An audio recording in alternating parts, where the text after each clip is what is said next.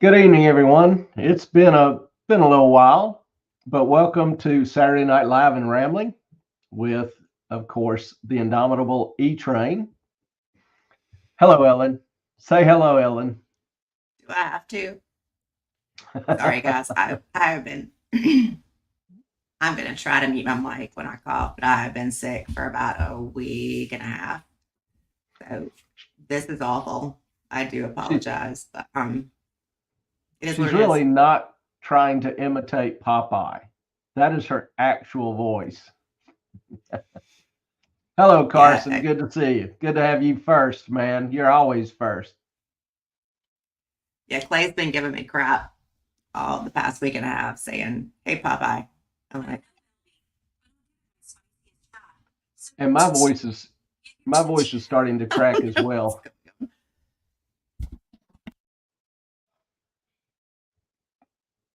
You all right I there? apologize. Hello, Melissa. Good to Yeah, see you. my watch started saying something I didn't understand, and then I had to cough. So, like, And cheerful. cheerful. Good to see you. Good to see all y'all back together. Families back together again. And Sky Ricky. Good evening. All of our Canadians are here. As well We as know our our Americans. as well as our Americans. Hope everybody is staying warm. I just had a former student send me a picture. I should have uploaded it, but they're down in Fort Lauderdale. It's 75 degrees at like a Jimmy Buffett bar or something. And so, yeah, we're not quite that warm, but and Chuck is Chuck is getting his hi there and hey there's in. You can tell Yeah. he's amazingly interested. Hey, cheerful. He's like, Mom, hush. You're annoying. I, He's got something else he wants to chew on or do. he does, always. I'm He is sorry. truly of one mind.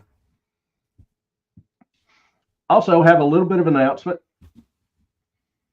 We talked for, of course, it's been a week since we've been on. We talked for a week or two about Week and a half. the book club. No, No, Chunk was trying to grab my pencil. I'm sorry. oh, I told him no. thought you were talking about the book club. Nope. No, no. Carson, it's about 29 freedom degrees here right now. That's a heat wave for you, isn't it? That sounds like it's toasty warm. You running out, laying out and getting some sun. But the book club, the votes are in.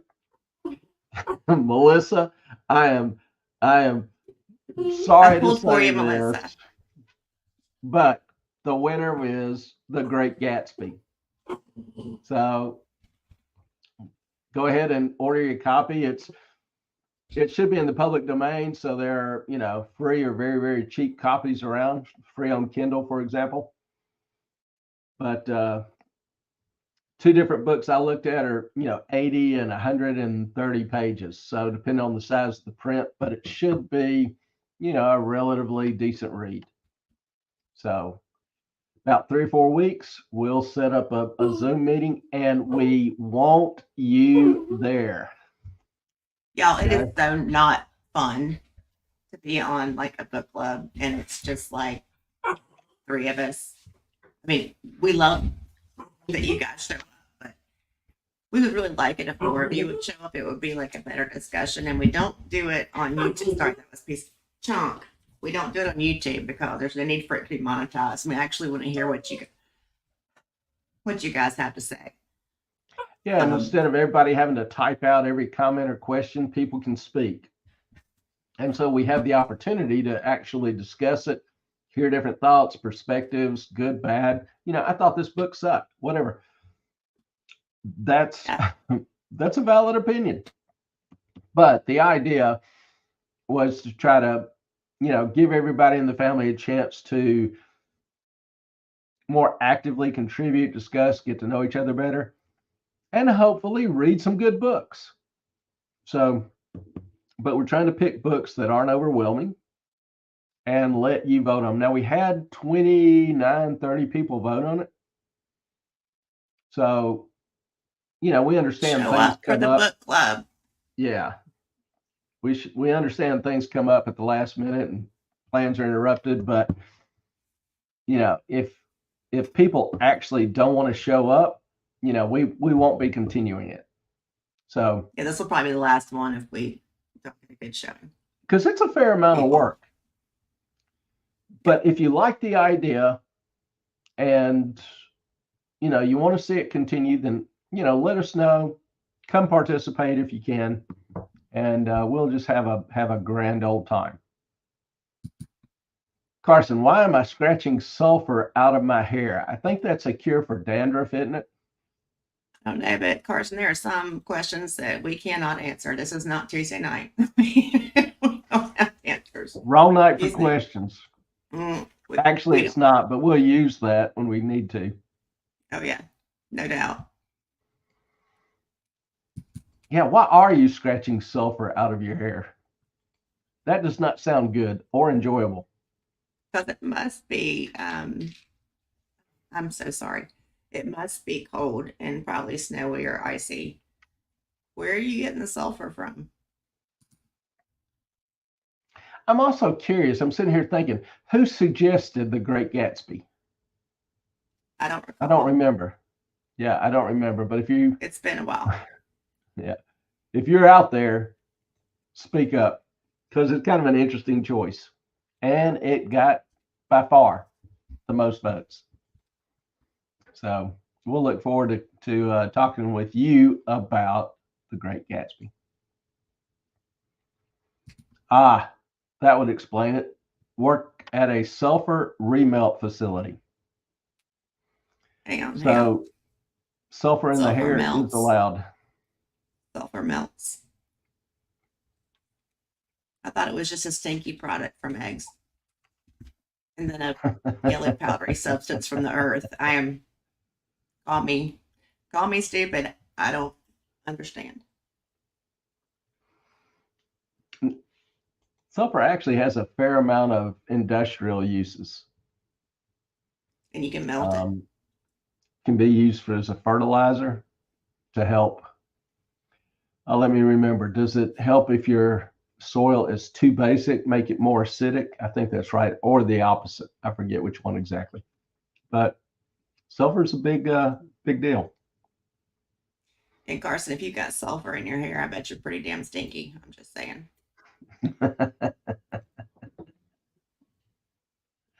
Ellen's going to emphasize that point all night. Yeah, probably. She loves the stink. No, I don't. All right. We know Ellen's voice is a little bit unusual. Mine's probably a little bit hoarser than usual. So I'll be not trying to be rude, but I'll be nursing a lozenge to try to help keep mine from getting too dry or raw. I almost lost my voice yelling at my students the other day, so that wasn't fun. Oh, I gotta tell the story real quick. When my daughter was 3, my voice always, I had scarlet fever.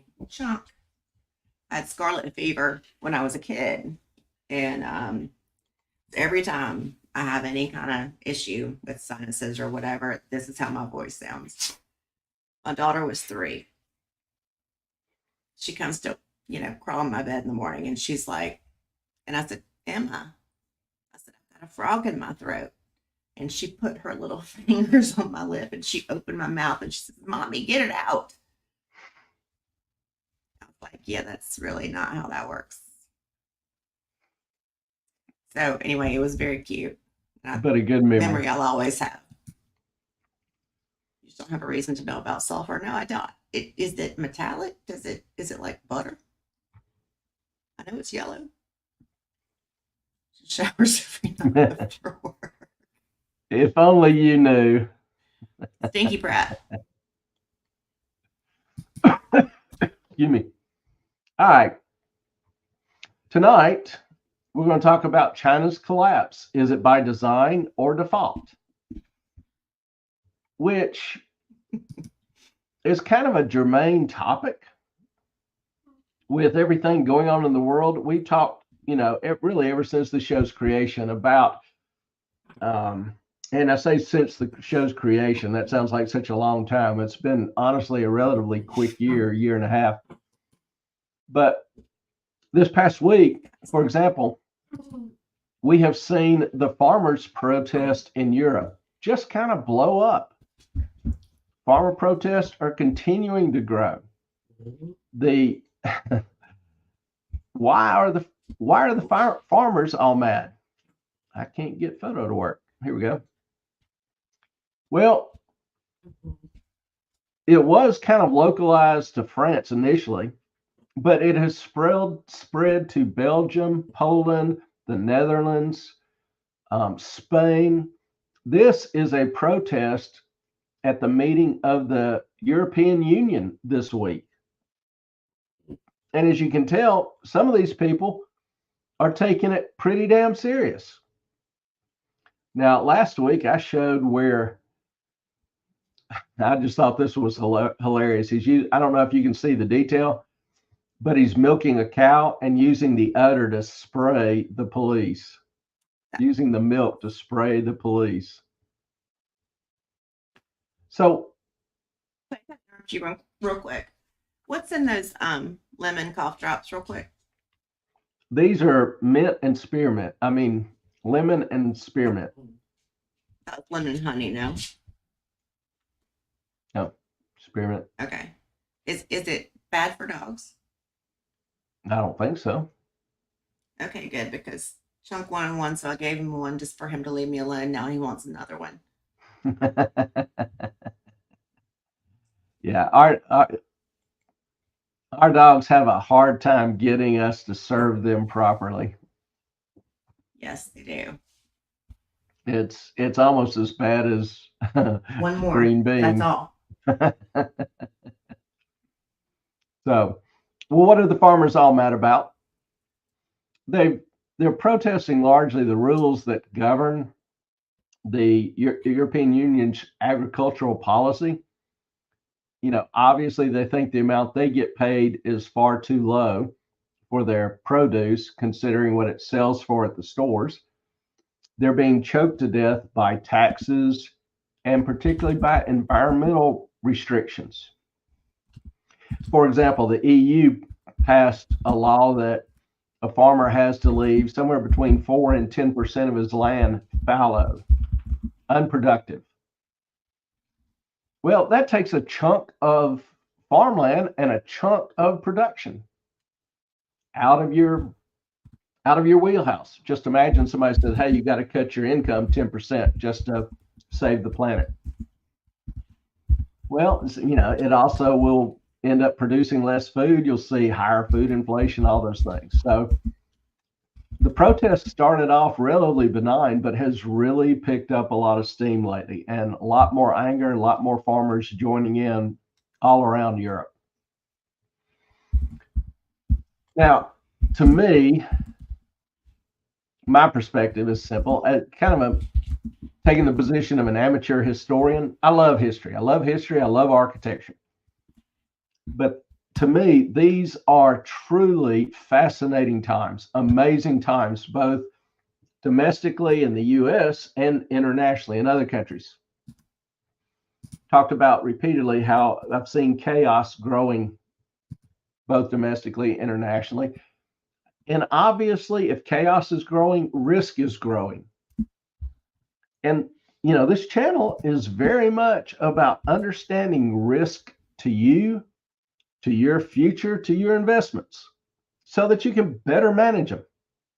Hence tonight's topic, China's collapse, design or default. Now, naturally, ma'am? I think design. You think design. Why? Somebody been cheating on my notes. Me? Who, me? Is that girl?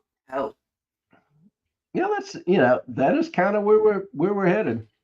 Now, naturally, the question is begged, would the government choose a course of action that's harmful to the people? for the gain of the elite and the powerful. No. I mean, no, not at all. I mean, Kidding.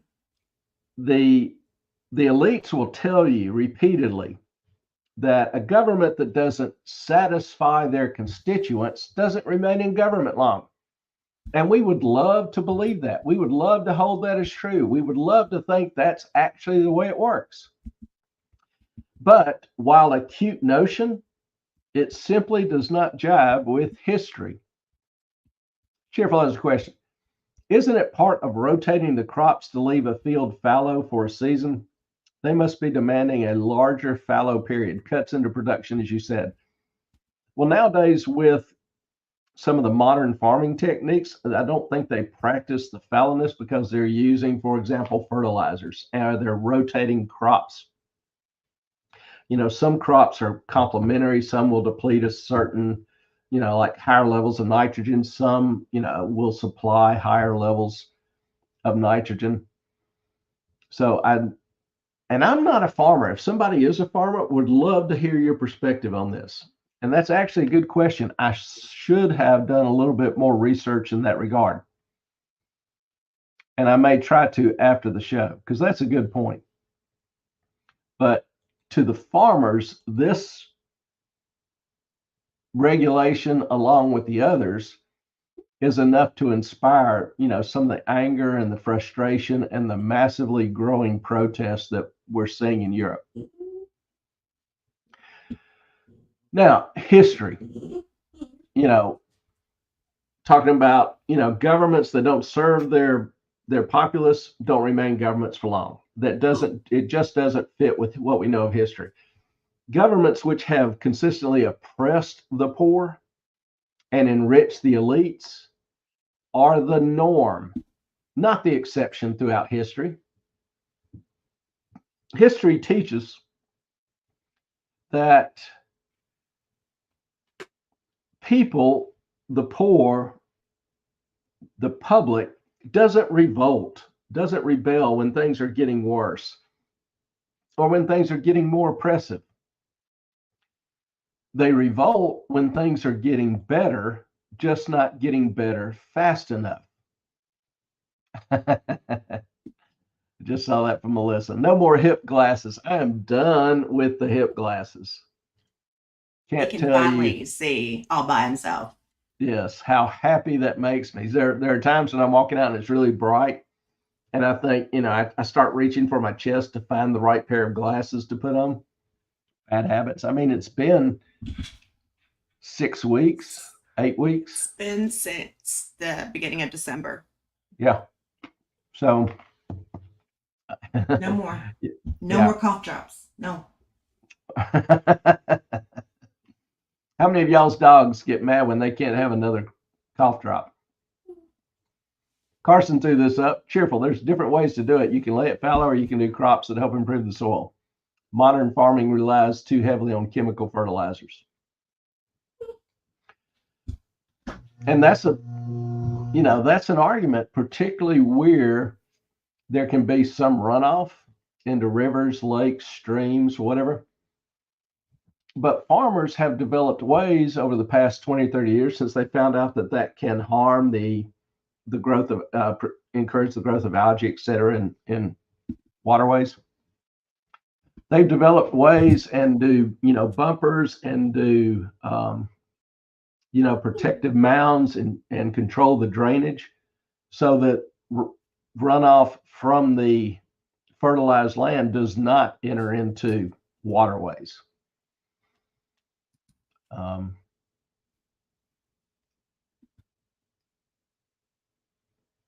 And I'm not an expert on the topic. I don't know enough to really say what the damage is, how much this controls, or what the benefits are. I do know this: we have fewer and fewer people farming. We have fewer and fewer acreages under farm production. Does that have to do with it? And y'all are going to have to forgive us for the voices and the choking and the coughing tonight. Yeah. I'm going to try to mute my mic when I have to cough, but something to do with the fact that other countries and other entities are purchasing viable farmland in the United States in crazy amounts. I mean, I don't think so. I think they actually want the farmland and the farm production so that they can control it. Like Saudi Arabia has bought a ton of farmland or land in Arizona, and they're But not really China's bought a farming it. bunch of ours. And they're not well, Saudi has bought a bunch, and they're not really farming it, or they're growing. I know. Here's the story. They're growing. I want to say it's alfalfa, but they're shipping all the alfalfa back to Saudi Arabia to feed their Right. animals. And That's not alfalfa is helping a us at all. terribly, terribly water intensive crop. And so they're draining the aquifer. And so other farmers are having trouble getting enough water to take care of their crops because the water demand by the Saudi farms has increased so great. So do you think that's planned? I mean, is there? I don't know. I think that's just they see an opportunity. They have the money. They can do it. Our farmland is cheap. We have good water systems. We have some of the better farmland and aquifers, irrigation systems in the world. But what I was going to say is let me say this first, just clear the point. In 2012, we produced for the first time enough food to feed everybody in the earth. On the earth. Now, yeah, everybody on the earth. Now, we didn't have the logistics to get it to everybody. But I find it amazing the amount of production that farmers now can get out of their acreage. It's truly impressive. Big part of that has been fertilizers. So I admit to being a little torn on the use of fertilizers. I would like to see it limited to a minimum. And I think farmers, once they've been made aware of the problem, are working diligently to come up with alternative methods and solutions and minimize the use. I would not do away with them all until we have an alternative to keep production up. Because anybody think that food prices aren't high enough as they are? I mean, and that's your trade-off. Chuck, enough. I was going to say though that his feelings are so hurt. I was going to say that the people who really push all of the pesticides, unsafe fertilizers, whatever, are the companies that are also, sorry, are also the ones that are making money off of pharmaceuticals, etc. And yes, Carson, when he said in the earth, I'm like, these people don't eat much, do they? Yeah. That's why I was like, not in there, on there. A Canadian squash and farmland in the US, it's expensive, man. It's not as cheap as clay was. It's cheap for major corporations, major companies, but it's not cheap for just every day. I'm sorry, I'm sick. Here. Well, cheap is relative. Per cost acreage is more than it is in Afghanistan, but Afghanistan, you grow a 20th of the crops you can on the average U.S. acreage. We're in a good, median zone. We have a lot of subtropical territories. We have great river systems, great water systems. We have great aquifers generally. We have good rainfall in a lot of areas. That's why we are one of, if not the world's largest producer of food, is because agriculture is extremely viable here. Now, Carson had a comment previously about, you want to talk about the runoff? We want to talk about the Gulf of Mexico dead zone? No, I don't want to talk about the areas that were contaminated by lead poisoning, with the companies having lead as a byproduct of some of their production, because once companies found out that they were poisoning their employees, poisoning their clients, they quit, and they tried to clean it up somewhat.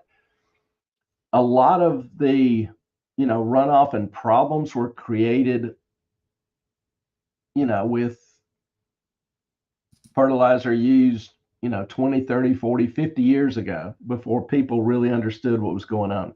So I don't blame people for that. We know that that's now a problem and a concern. And I think, like I said, vast majority of farmers, people, agricultural entities, at least in the US, are working to try to control that. Carson, but if a person knows a few things and is willing to continue learning, they can take a piece of land that isn't great and do a lot of improvement. When I was in doing private placements, we bought mountainside desert land, basically. And for example, the Coachella Valley out in California, we bought square miles of land. And then we spent, and this was in the mid 80s, we spent $10,000 an acre. We brought in D9s, which are the big, huge tri-wheel Caterpillar tractors, and would push out all the big rocks and stones, and then we'd come in with graders and smooth out the land. We'd install drip irrigation systems, and then we planted grapevines, like red seedless, which was a new hybrid at the time.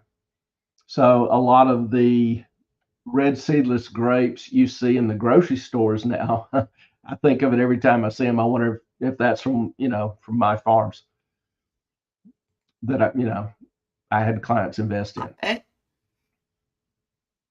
Ellen? Oh, I hope not. No one was harmed from your farms. Do what? Nothing. Continue on. I'm half sick. You know that. All right. So, back then, $10,000, that was equivalent to probably, I don't know, $50,000 an acre now, just for improvements, not counting buying the land. But it was worth it, due to their potential and the realized harvest. Now, it took a couple of years to get the vines matured and producing enough, but I remember, when we had the first harvest and I had a box of grapes overnighted to me. Best grapes I ever had. Absolutely the best grapes I ever had. When I was out looking and driving around doing due diligence on the land and the operation, they took me by a kiwi processing plant, which is a fancy name for a Butler building with trucks that dump out kiwi. You have workers sorting it out and boxing it. I mean, there's not a whole lot tasty to be done. I went to the dumpster.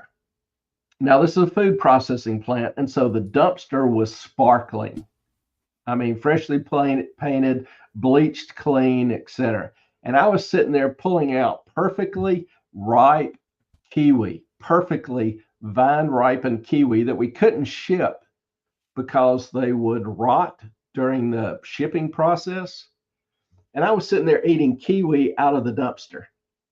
Wait, so they couldn't just donate those kiwis to there was nobody to donate them to. Homeless or no one? No, nobody close.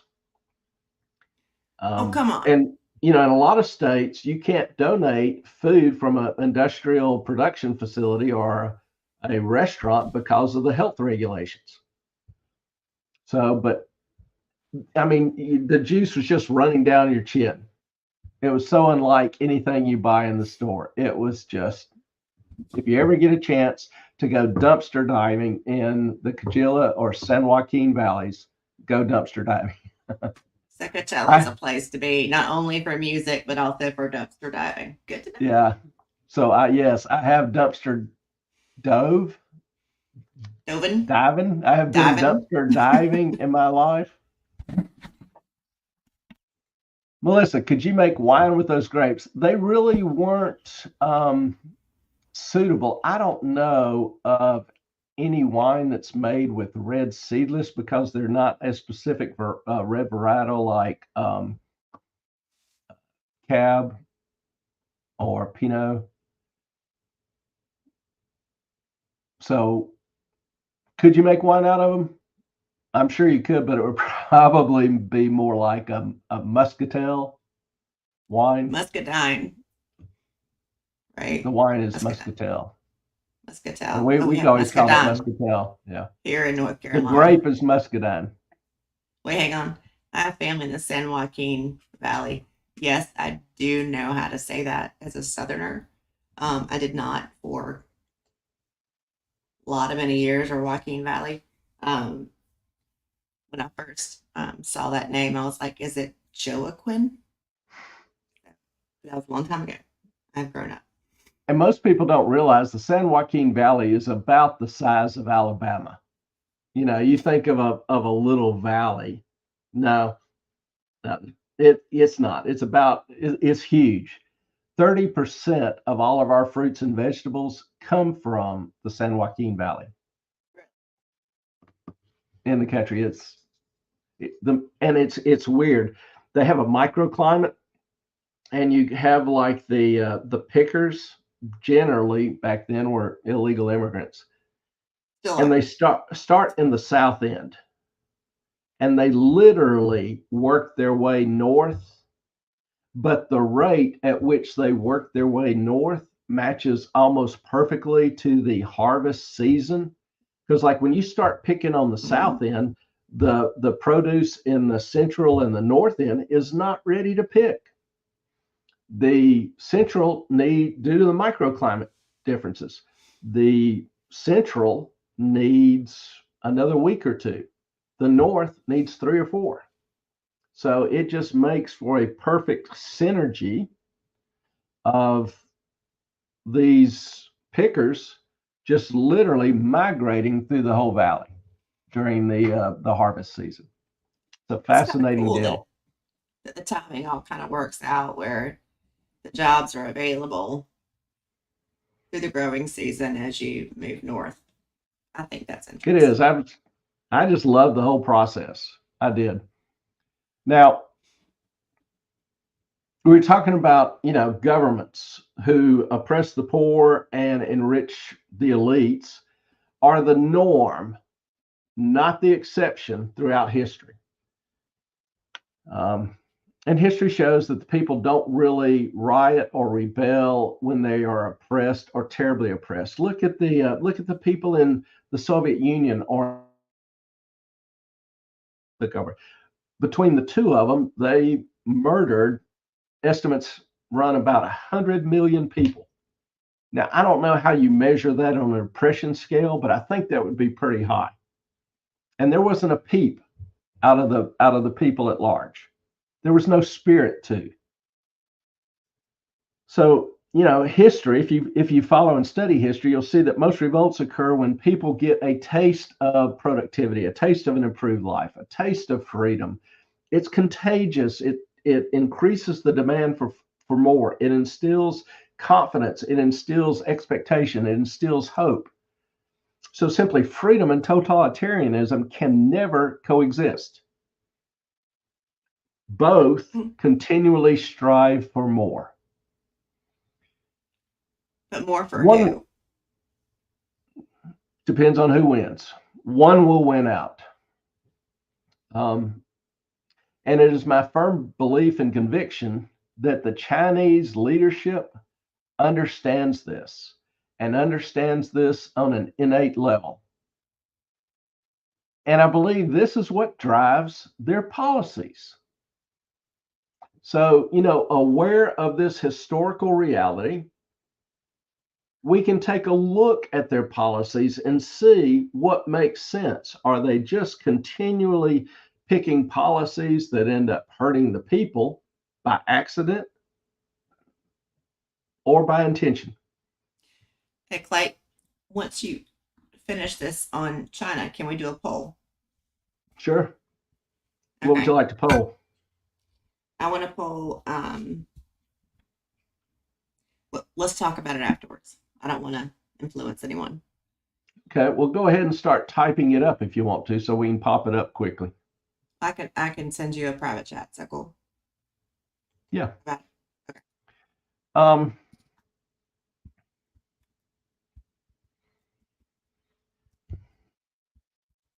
Chinese leadership. Trying to remember, where I was. Chinese leadership.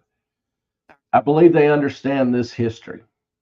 So we can view their policies through these lenses. Now, if they prioritize importances, who's most important in the society, the ruling elites or the people?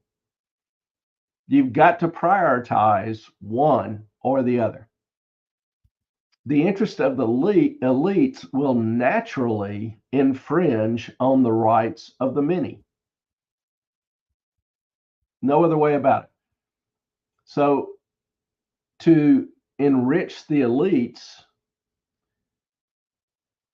you have to basically organize and protect the status of the elites.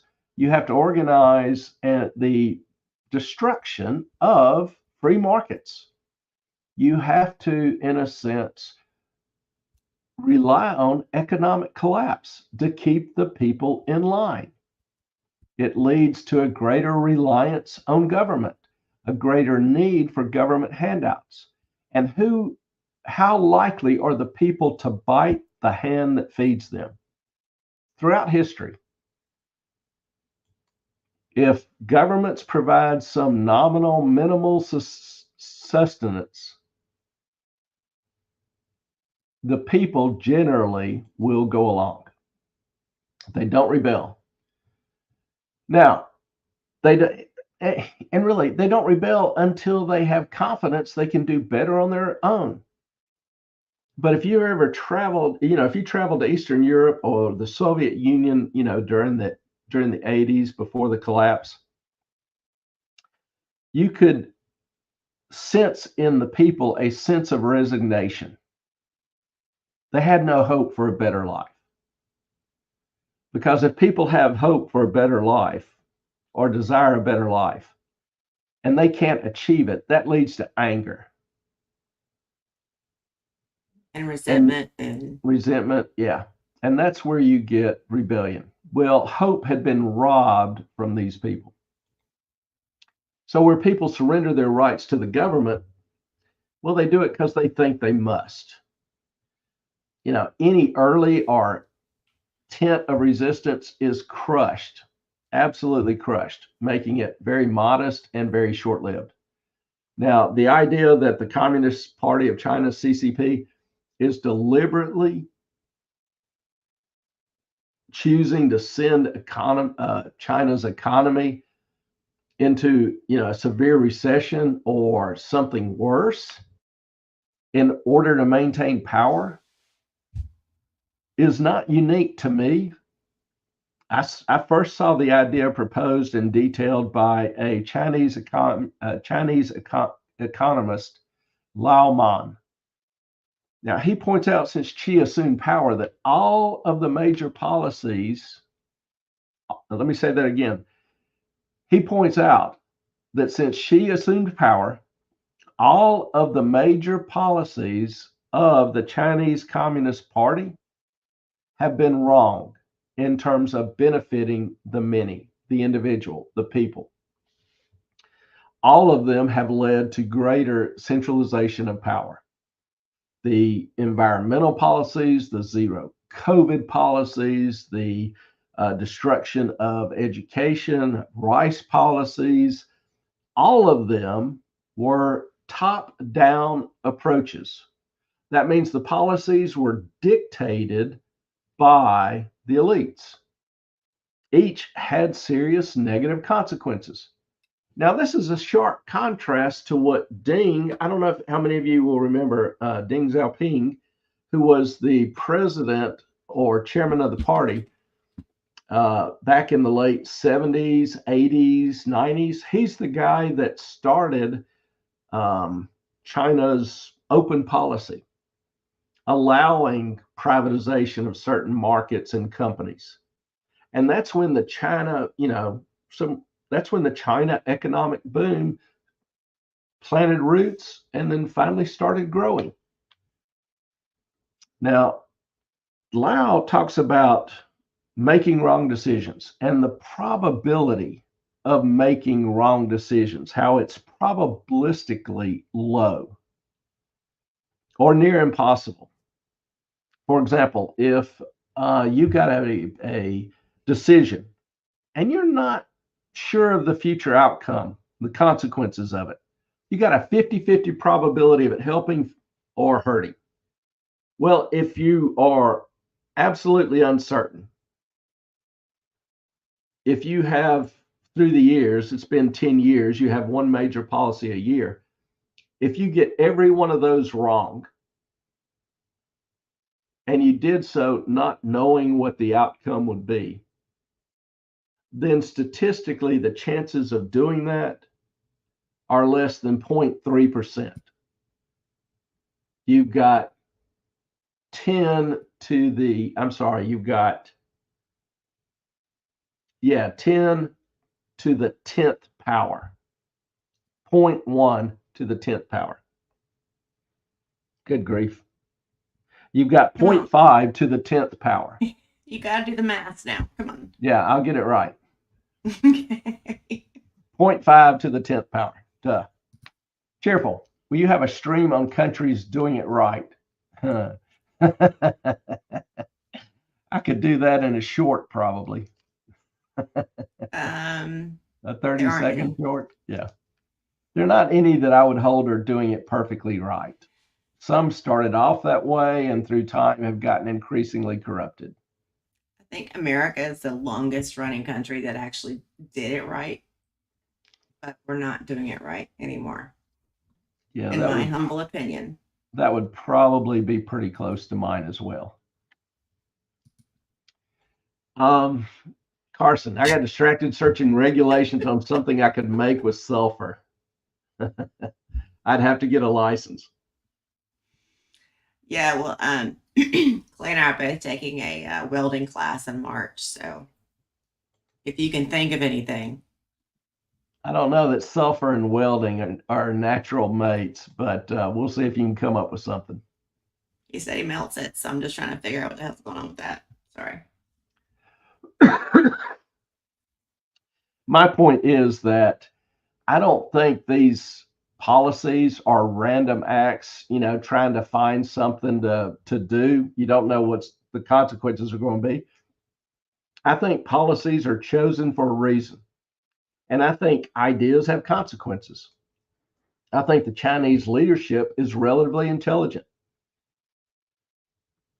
Policies are chosen for a reason. They're not chosen in a vacuum. And I think oftentimes that reason that they're actually chosen is vastly different than what the politicians are saying when they try to sell the policy. Oppressive regimes throughout history will always regale themselves in the aura of helping, of caring, of concern, of loving, of empathizing, whatever. But they consistently choose policies that don't care, that don't aid, that don't help needs, that don't really show any understanding. They don't show any real care or concern. No, but it gives the illusion of such. It gives the illusion of such, and a lot of people take comfort in that and ignore the actual consequences. Sometimes the consequences aren't seen for years. Now, I think when they are seen, it's usually not very good at all. Yeah. I think of a recent example of saying one thing and while doing the exact opposite. The mayor of New York. This guy for months has been complaining about the immigrants piling into New York, talking about how they're bankrupting the city. They can't afford it. They don't have any place to house them, don't have any place to put them. And keep in mind, we talked about this 2 weeks ago. They're renting out 4-star hotels like the Roosevelt and putting them up in the Roosevelt and giving them room service. And asking Texas for money to pay for it. Well, they're doing it. They're paying for it all. Yeah, I know they are. This while they're saying, we can't take anymore. We can't afford anymore. Well, I don't know how many of you saw it, but yesterday they announced a new program of giving credit cards to the immigrants. So they, if room service doesn't please them anymore, they can take their credit card and go out to some of the bodegas and buy food. How cool is that? While they beat up cops Now, in the meantime. now, if you're an immigrant, does that sound like stay away, don't come, we're full? Or does that sound like keep coming, we're going to give you more and more? Honestly. So you've got the mayor saying, no, we're full, we can't afford more. And on the other hand, he's coming up with policies to incentivize even more of them to come. Tell me he's not. Tell me I'm reading this wrong. No, you're not. And then sorry. So to me, that's just a perfect example of a politician saying one thing and then trying to quietly implement policies that achieve the exact opposite. And you can't tell me that he thinks offering free credit cards to people is going to discourage them from coming to New York City. Not just free, but prepaid. Yeah. Well, it's free to them. Well, I'm just saying, yeah. Just clarifying. So what's the goal here? The mayor's saying no more, but then offering more and more to them. What's the real goal? What really does the mayor of New York want? And Elon Musk has an opinion about that. What did he say? Oh, you didn't. I have to bring it up. Continue on. Okay. Well, while we're paused here for a second, let me just throw this out. We haven't been good at this. And Ellen, half of your screen is hidden. I don't know if it's your mic or your shade. It's probably the shade, but I'm looking up something, so you're fine. Go ahead. Okay. So let me ask everyone, if you will, even those on the replay crew, to give us, the likes, to subscribe, turn on notifications, share it with your friends. We've not been good at reminding or asking people to do this, but my understanding is it apparently helps. So, we're trying to grow the channel. So if you will help us out and just do the little YouTubey things, we'd be much appreciated. Melissa, isn't New York City full just like Los Angeles? Well, that's what they keep saying. That's what they keep saying. But then they, when you offer free money to people, doesn't that kind of encourage them to come ahead? I don't know.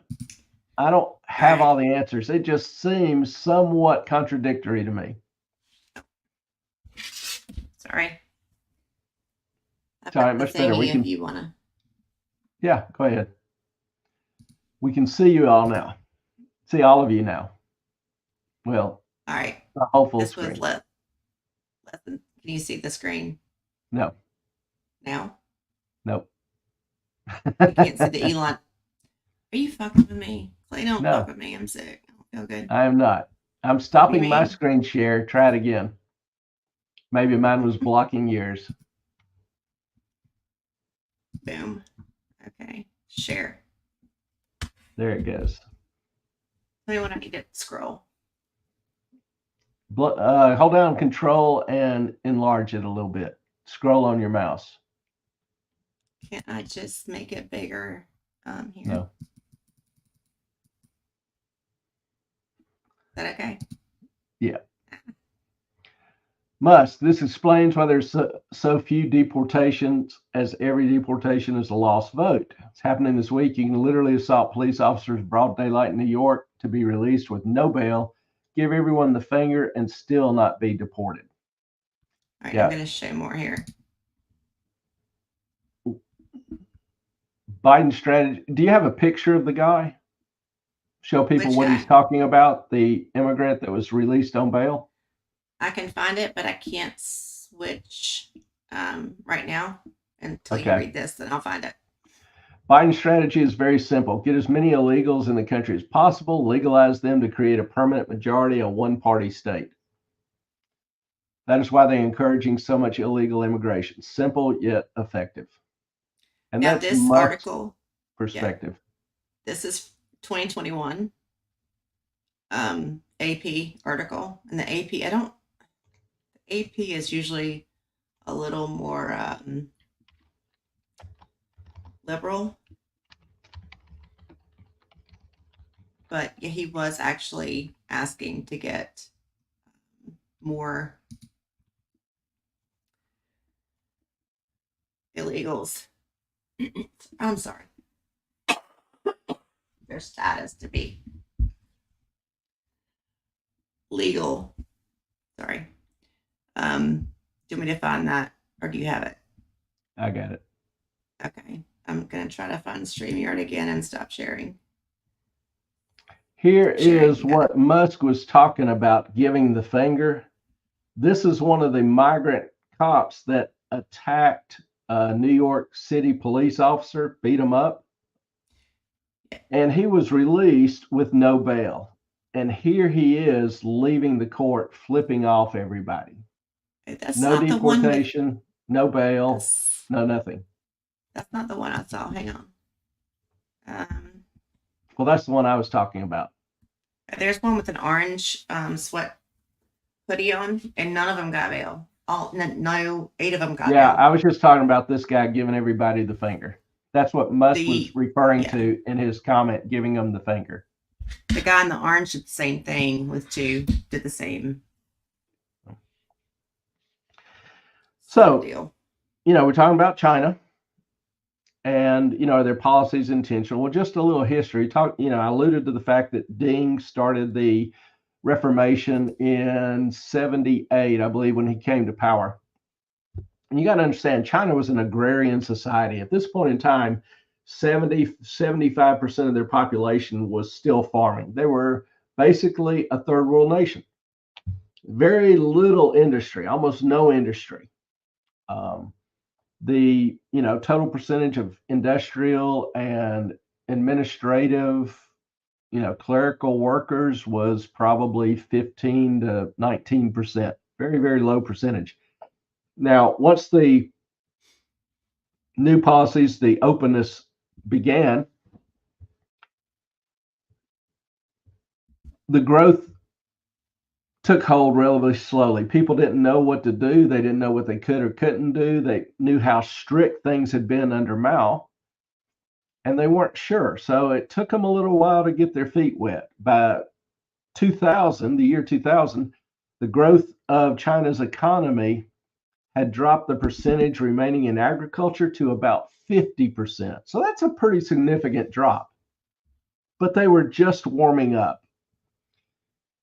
Over the next few years, well, about this time in 2000, the World Trade Organization, WTO, finally admitted China to the WTO. And that just opened the floodgates for manufacturing, both from Europe and the US, to enter and develop and build plants in China. So with China's new openness, with the huge labor pool, huge cheap labor pool, manufacturing just started moving en masse to China. The rush was on. It's like a gold rush. By 2015, there was more manufacturing than agriculture. China's entire economy, its entire population had just been flipped on its head. Roughly 235 million people were working in industry, manufacturing. 210 million were in agriculture. So wages grew, lifestyles improved, more and more joined the middle class, joined the upper class. And this, by nature, by its very nature, necessitated shifts in power to the people, as prosperity usually does. And you can think about it, people with property, with income, with assets, with homes, they value those things and they want to control them. They want to improve them. They want to build on them. So, China's economy just took off. Well, Deng left office in the mid 90s, late 90s, 97 maybe. And his replacement, Hu, was hated by the Communist Party conservatives. He was even more free market than Deng was. The struggle peaked, and many of you may remember this, the struggle peaked with the protest at Tiananmen Square. If you remember the student trying to stop the tank in the middle of the square, well, this struggle ended with the protest being absolutely crushed by the troops. There were, who was out? There were several other leaders that had short tenure. Finally, Xi assumed power in 2012. First thing he did was have a relatively brutal purge of opposition in what he called an anti-corruption campaign. And he crushed dissent in China, starting with the quote unquote interning of the Uyghurs. Now, I've referred to the Uyghurs being enslaved and, working toxic mines, whatever, to produce lithium and rare earth minerals, which leave behind radioactive waste. But they're slaves. They are held in contempt and are treated just as chattel. Xi is a doctrinaire communist and has repeatedly vowed to make China a, quote, socialist superpower by 2050. It's kind of an interesting proposition. He's even proposed a number of very grandiose plans to achieve the goal. But what's really going on in China? It's one thing for politicians to say something, but what do they actually do? What policies are they actually implementing? Well, we have a little history and we have some feedback.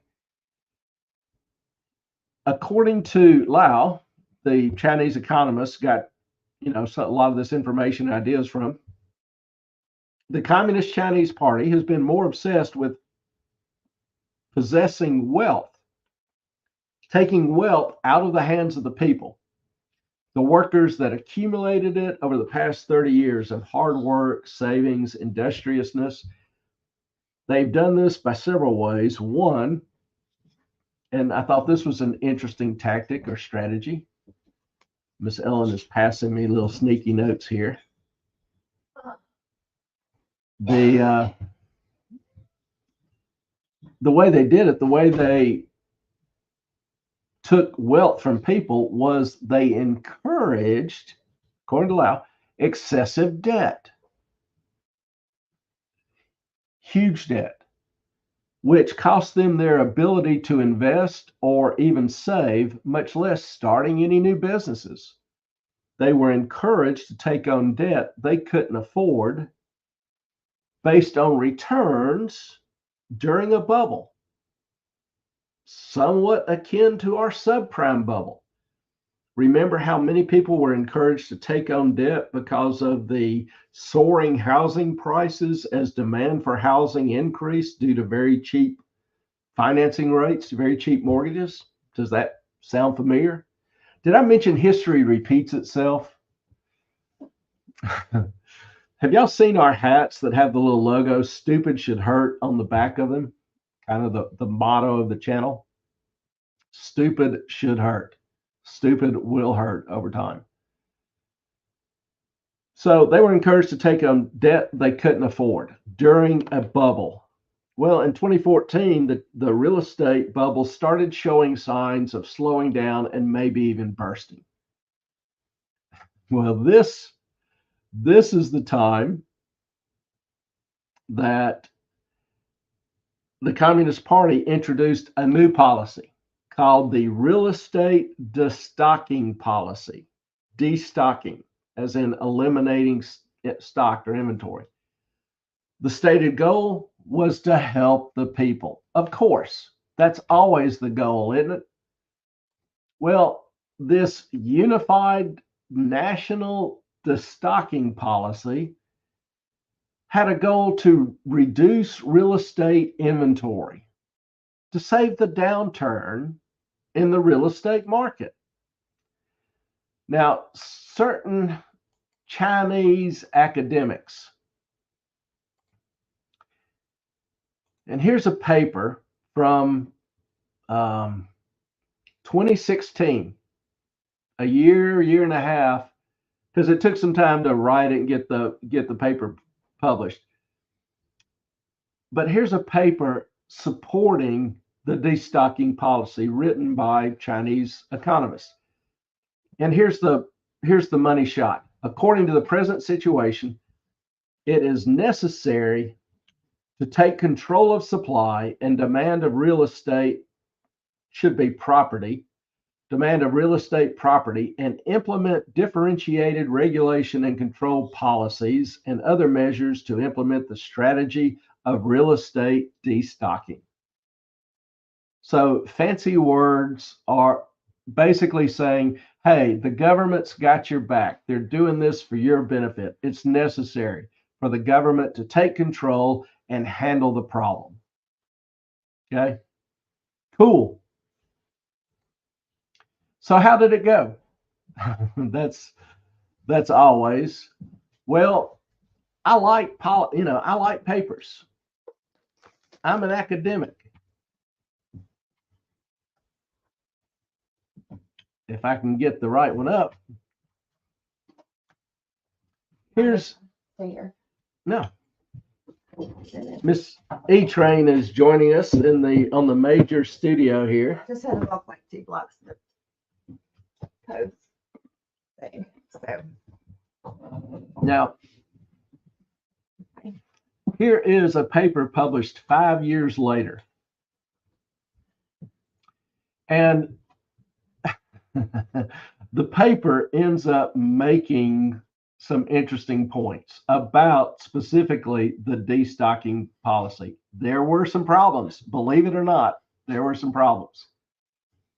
Number one, and this is according to the authors, it is impossible to use a unified policy to effectively address the national destocking issue because of the difference of DMUs. DMUs is an acronym for decision-making units. Think bureaucrats is how we would describe them. Because the difference of bureaucrats' efficiency, input redundancy, blah, blah, blah. This led to soaring housing prices in large cities. Well, that was almost the unstated goal. Kind of worked in, increasing housing prices, real estate prices in cities, but there are problems.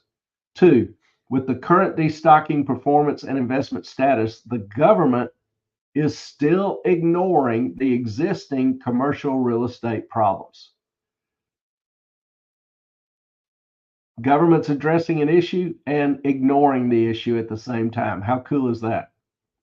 Number 3, the redundancy of firm assets and staff indicates that zombie firms may exist and risk future unemployment in the real estate industry. Remember, a zombie firm is a firm that barely makes enough to pay its interest expense.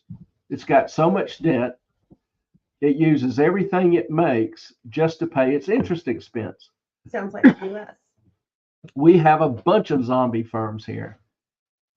And I'm even, been doing some preliminary work on writing a paper about the zombie firms. I'm an academic. I have to publish crap. So, Crap. First of all, we need to take a little break because the dogs are going to lose their minds.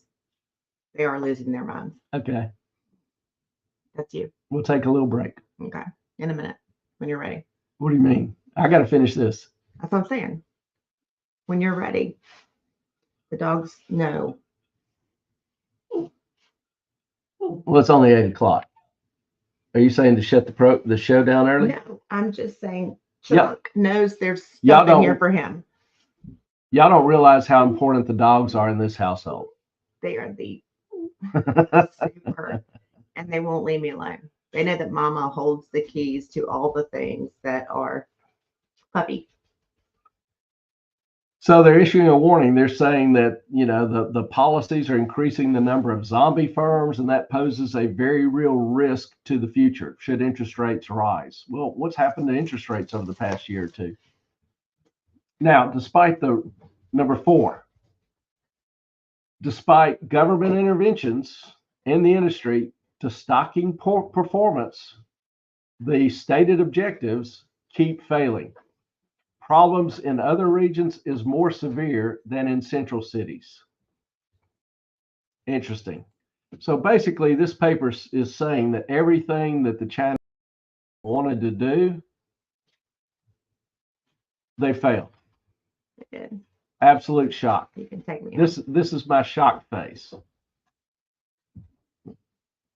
Ellen's saying I can take her off. Well, my mouse is not cooperating. I wonder if my mouse battery's about to die. Well, I might have some in the drawer right here. Yeah. We are professionals. We are. WAP Triple A. strikes again. Chunk is about to kill me. He even Don't- offered up his. Don't Sure. forget. Don't forget. Just because of the WAP and the entertainment value we constantly offer you, Right. give us a like. Yes. So, how'd it go? Oh, got a question here from Cheerful. Comment from Cheerful. It went badly. Doesn't China have lots of empty buildings, no one living there? The cities. Yes. Yeah, China built entire cities, empty cities, buildings, skyscrapers, with nobody in them, thinking people in the farms would want to move into the cities where they could be, more effectively, let's say, ingrained into the culture. But nobody moved in there. Obviously, there were no jobs for them. There was no reason for them to move. So now China is spending, tons of money knocking down and tearing down the cities. It's funny. I saw a guy go into one of these empty cities and went up to the top of one of these skyscrapers. And I mean, this was possibly, is she noisy or what? I'm getting mauled over here and trying to change the batteries to your mouse. He was up, I don't know, 20 floors, very high, overlooking the city. And he had his pocket knife and he was just flicking away the concrete. It was like it was wet sand almost. I'm like, I don't know about you, but I'm getting my happy little ass out of that building before it collapses on its own. I have a battery box. Ellen has a battery box. She's very proud of it. I am. So yes, China spent tons of money building these cities, and now they're spending money tearing them down.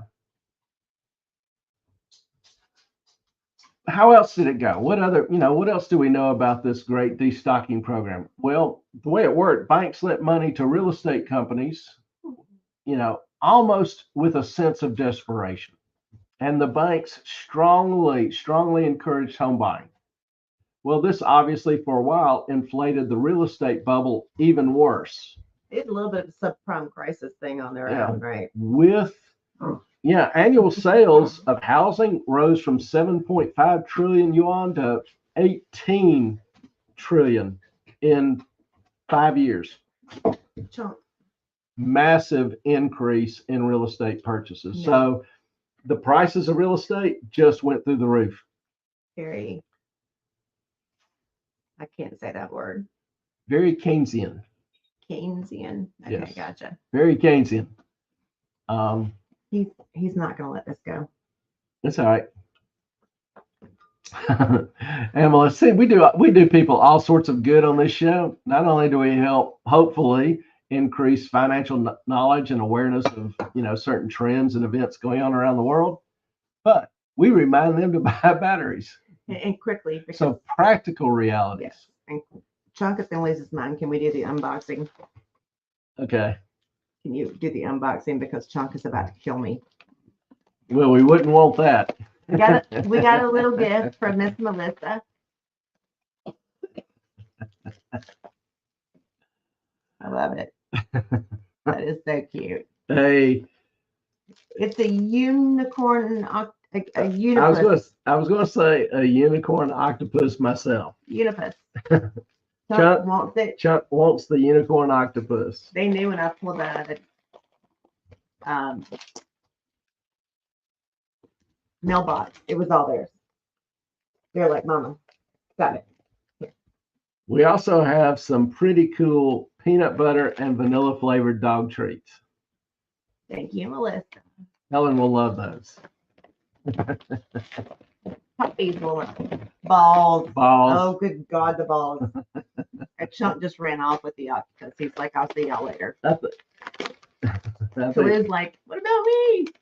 we have chicken recipe jerky treats. Thank you, Melissa. Melissa is really sweet. If y'all don't know Melissa, she has a modest love for dogs. And the biggest heart, I think. Oh, Yellowstone. They are Yellowstone. Yellowstone balls. Love that. Thank you. Aw. And the cat has not been ignored. Mahoney has Oh, treats as Mahoney well. has kitty treats. Thank you. More more treats for the dogs. You want a ball? Here, you need to open that. It's Star Wars chocolate, isn't it? No? I don't know what it is. Isn't that right? Oh, it is. I feel like Christmas again here. I know. Boozy little chocolate truffles. I'm going to go ahead and take my chances and say that's for me. Uh-huh. Thank you, Melissa. Hang on. Oh, and another one. Oh, Hollywood, California. It's a fridge magnet. How cool is Hollywood. that? Thank you. What movie is it where you got this dude with a great deep voice going Hollywood and then talking about the city of dreams? I'll And get you guys that one here now. All right. Why are you sorry? Oh, Melissa, you're the best. Yeah. Clay is totally gonna steal all of those chocolates. The boozy chocolate. Thank you, Melissa. That's very kind. The puppies are so happy. You got it. Yeah, I won't get Maybe into the on. personal stuff. Okay. Well, we don't know if we can. Oh. I'm gonna use this Hollywood keychain. Cutie. Pretty woman. The best That's thing right. about this, Pretty woman. the dogs are gone. Chunk is gone. Lulu's not a problem. Chunk is Chunk is gone. He's in the other room going after the Chomping. unicorn. Did you balls? So, Oh, thank balls you. everywhere.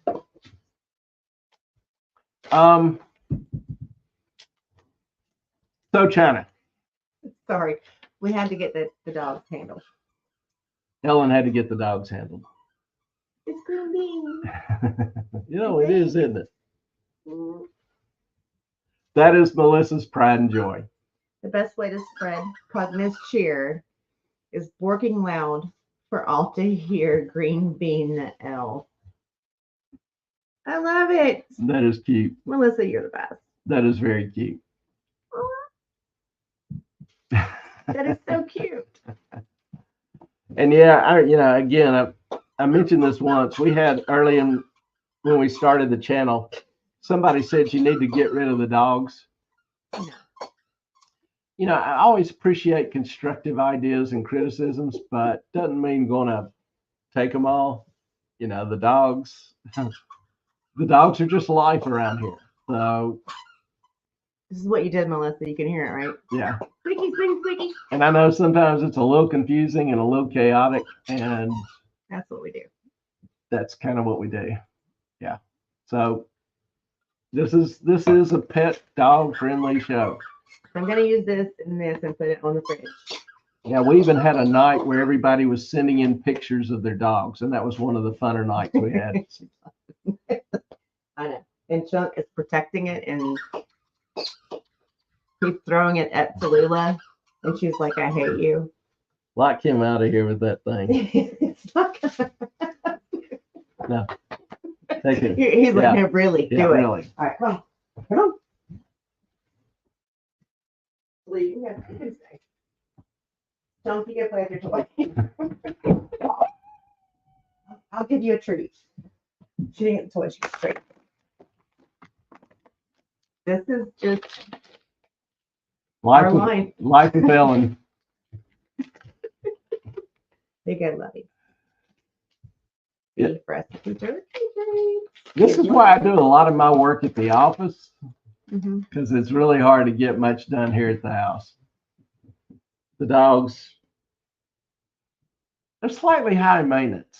Not going to lie. Slightly. I'm sorry, but you will I say. am not high maintenance.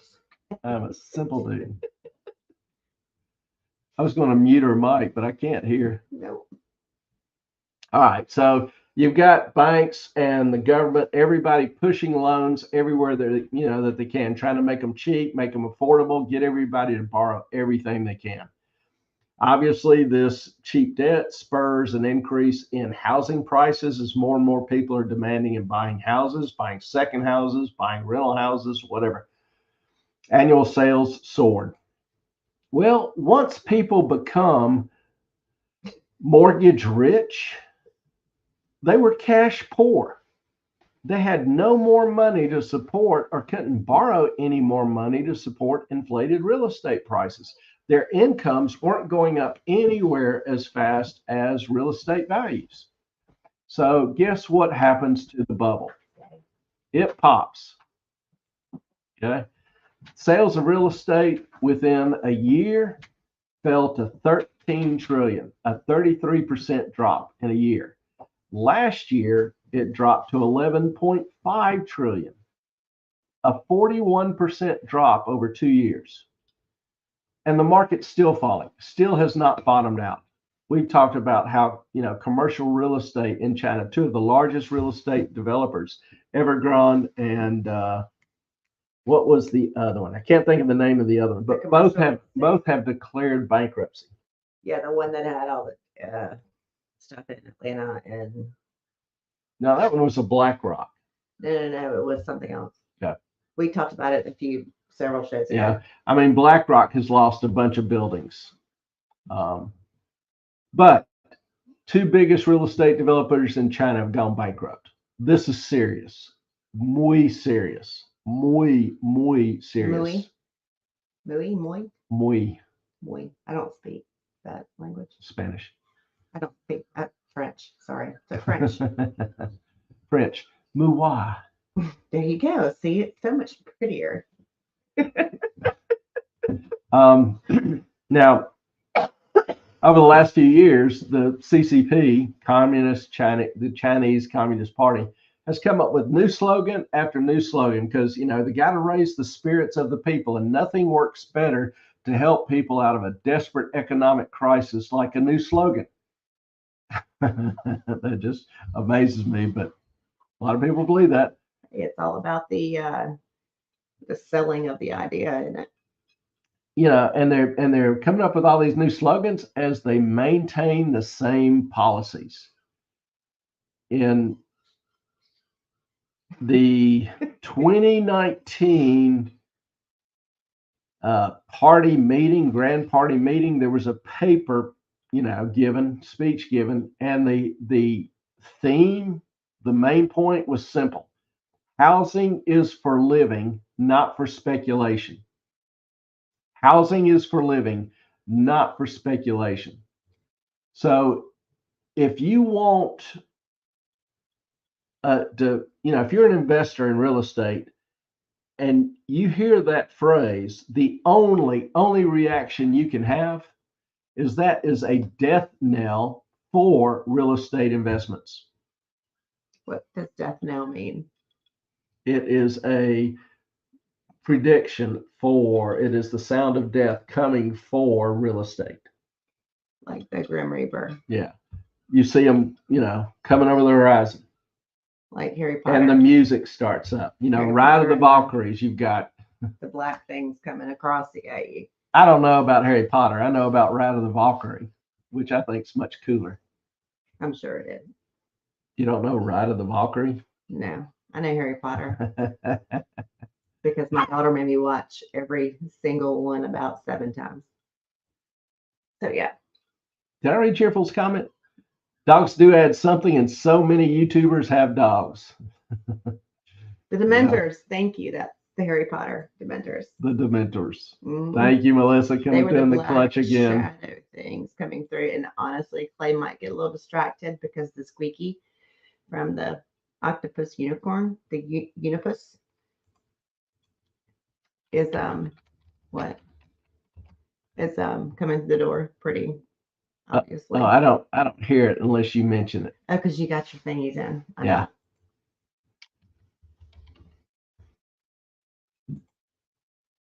Apocalypse Now. I did see that. We can't hear I know. Give me a second. it. This woman, somebody. What house am I? I am. Do I have to tell you? I'm Slytherin. This is Ride of the Valkyrie. Slytherin or Hufflepuff. It depends. Shall we dance?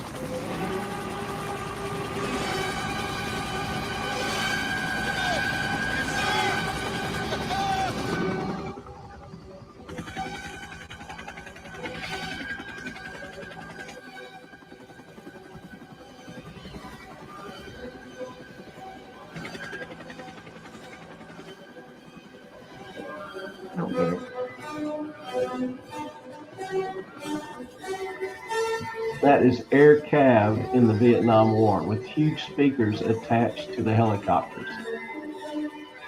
So the villagers They're are playing hearing Ride of Valkyrie. this music before they see or hear the helicopter. It's like the gods are approaching. The gods of death are approaching.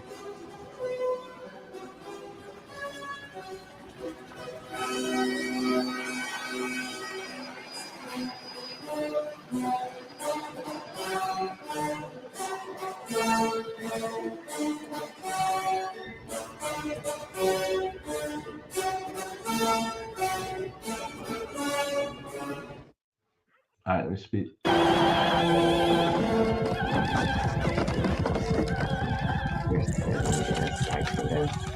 Emma. Yep. All right. Ian, because you played it off YouTube. We get lots of strikes. They're going to ban me before long. But Which is why, if you can't find us on YouTube, we are still on Rumble and X. Yeah. But to me, Ride of the Valkyrie is actually in a Wagnerian play. It's a composition in one of Wagner's operas where you have the death of a Viking, and the Valkyrie are female maidens serving Valhalla, their version of heaven, a warrior's heaven.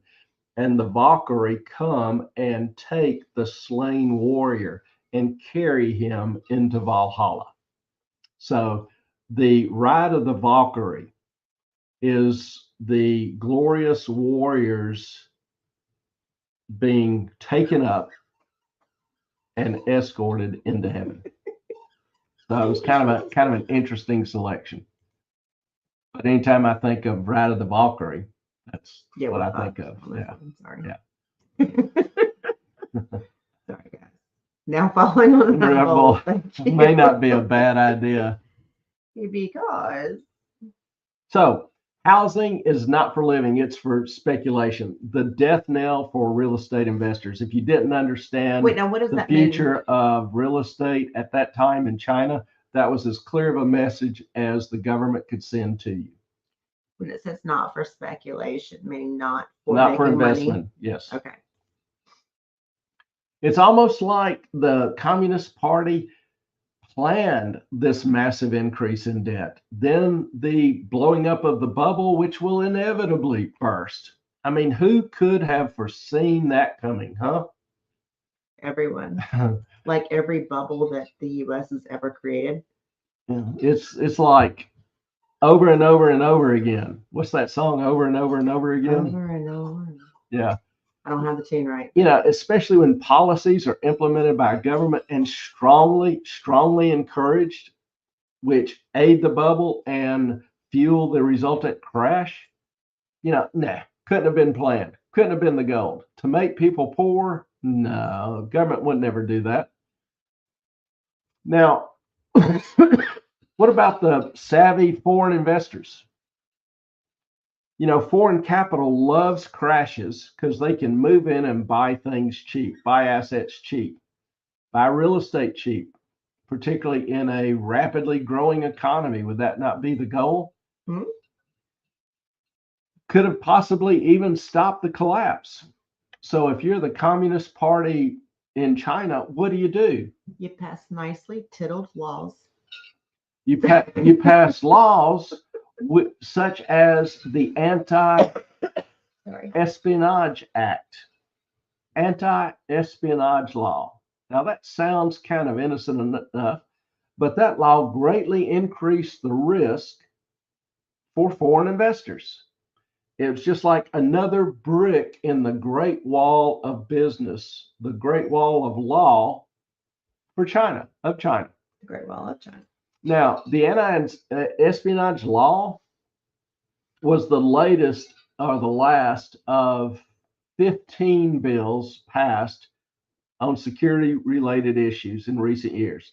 The stated goal, obviously, is to protect China's secrets.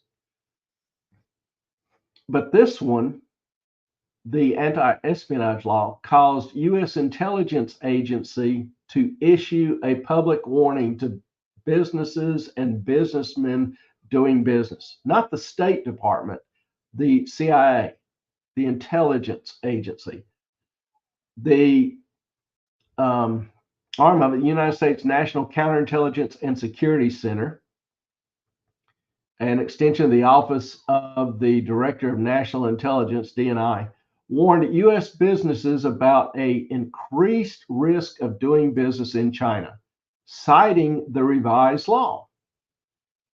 Now, this law creates huge new risk for companies, for travelers, for academics, for journalists, for researchers, most anybody doing business in China.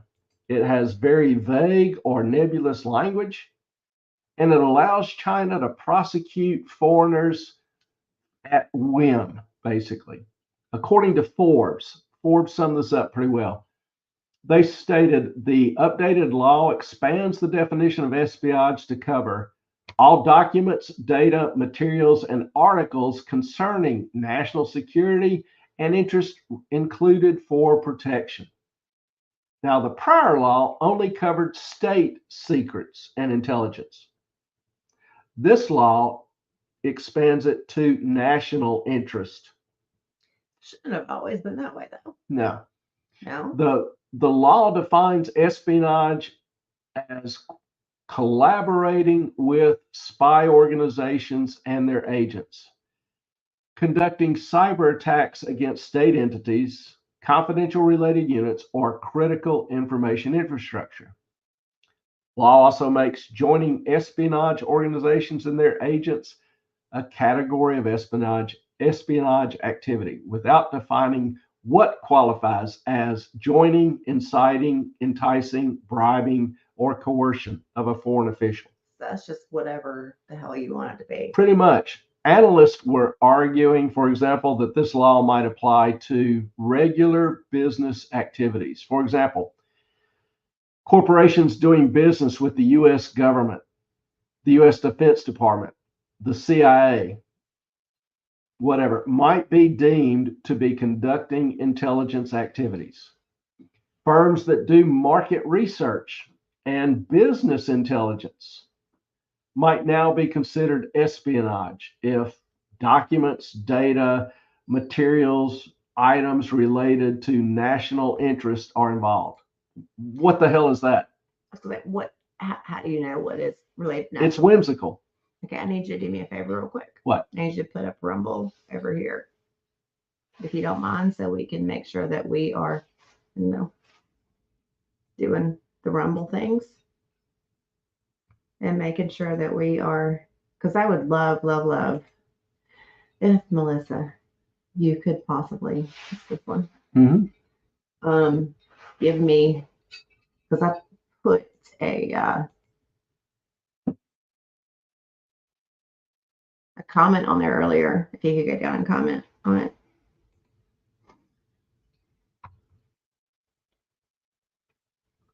I put, live chat is on who's asking questions. If you will add that. And just let us know if you have, yeah. I just want to make sure that people are seeing it. Because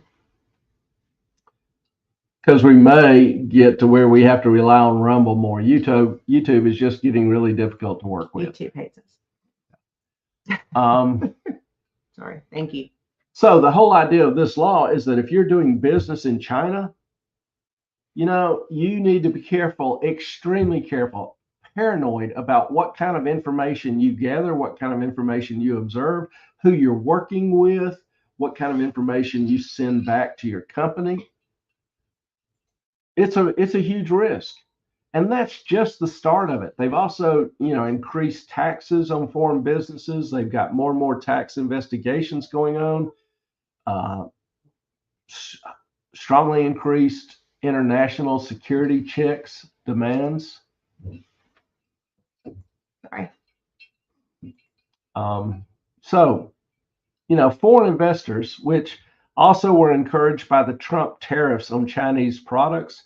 If you remember, Trump put in tariffs on Chinese products because China would demand the intellectual secrets of a product to be turned over to them, the design Because they and would just blueprints steal it. and everything before their market, they would allow sale in their markets. Mhm. And of course, we don't require that of China's companies or any country wanting to sell products in the US. So Trump instituted tariffs against Chinese products, which still remain. So that and the changes in Chinese law have led to a huge outflow of business and manufacturing in China from China.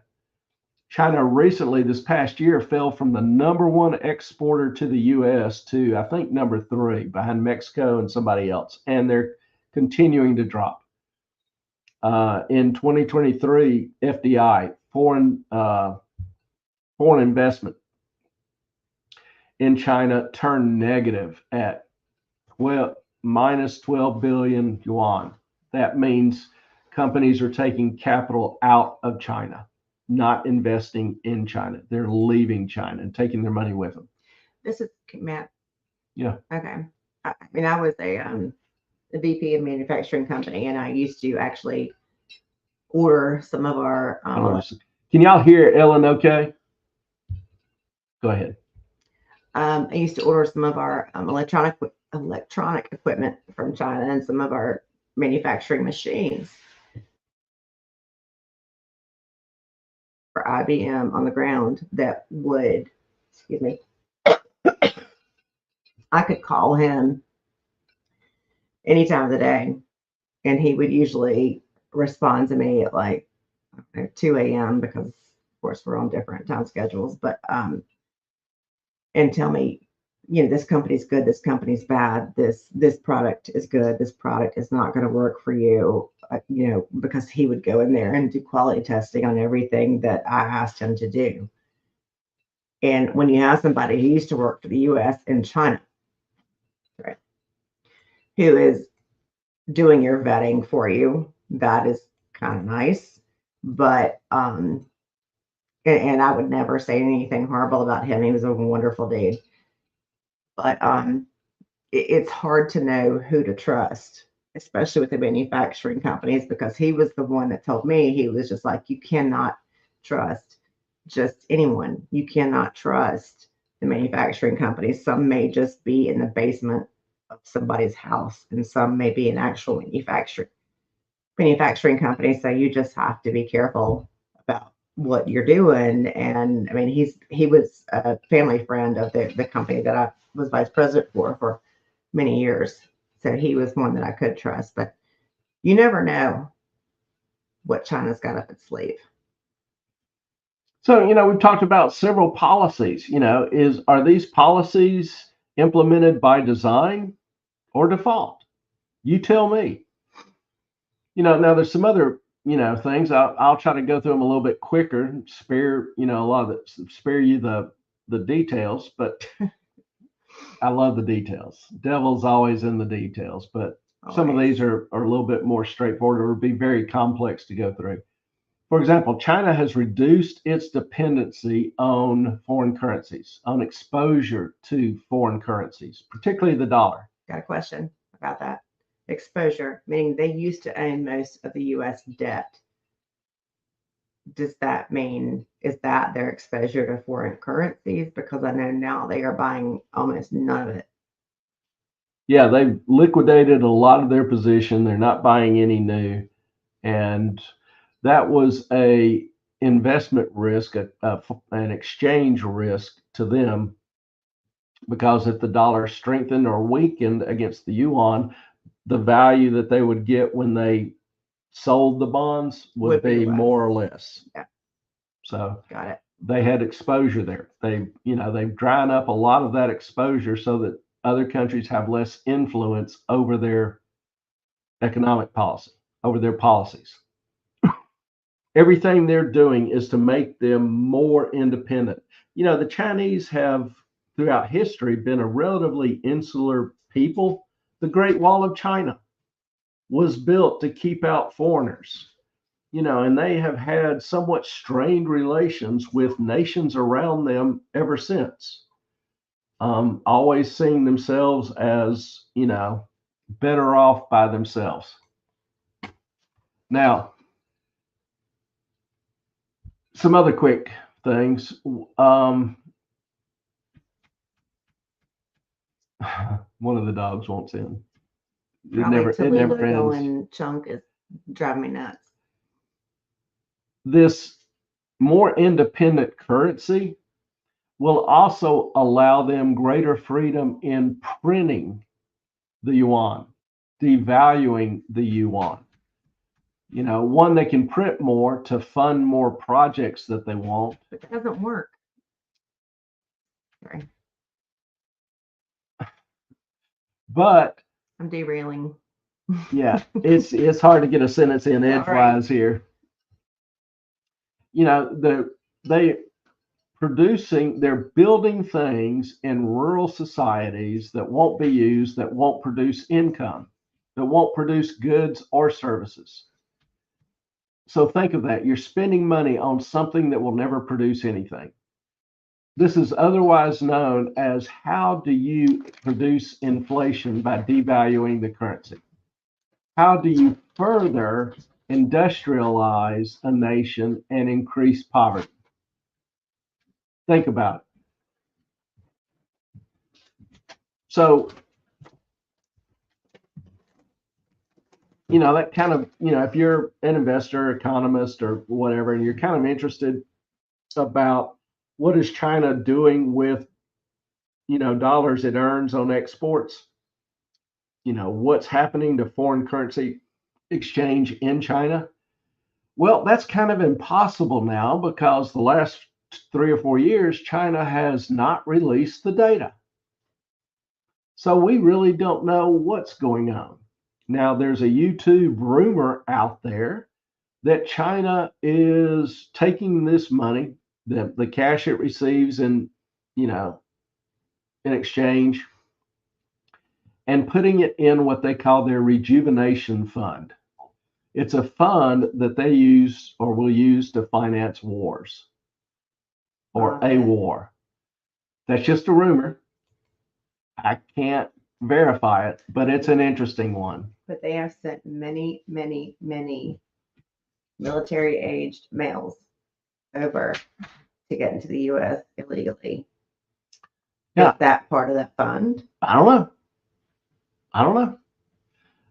I've seen, several videos showing large groups, 200 young men Or more. Yeah. of military age entering the U.S., being stopped and checked by Border Patrol, and the officer is just going down and going, China?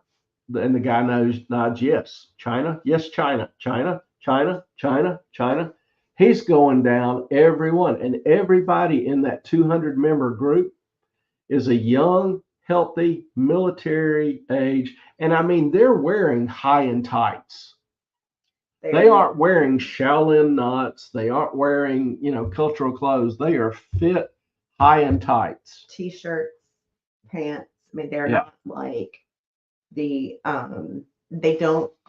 I know I've heard a lot of people seeking asylum or seeking economic asylum, which is something we don't do.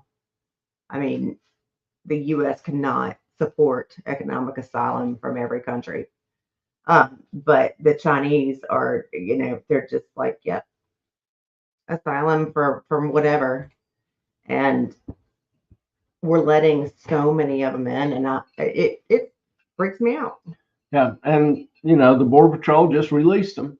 Couldn't hold them under the current regime. So Is it a regime now? why are military age men from the Middle East and China, Iran, Afghanistan, wherever, entering in the U.S. and just being freed to go wherever they want?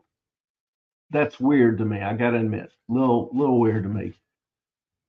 So these policies over the past, well, since 2014, they've enacted a number of policies to strip the people of their money, remove the opportunity for foreign investment, and had the people repeatedly surrender control of their bodies.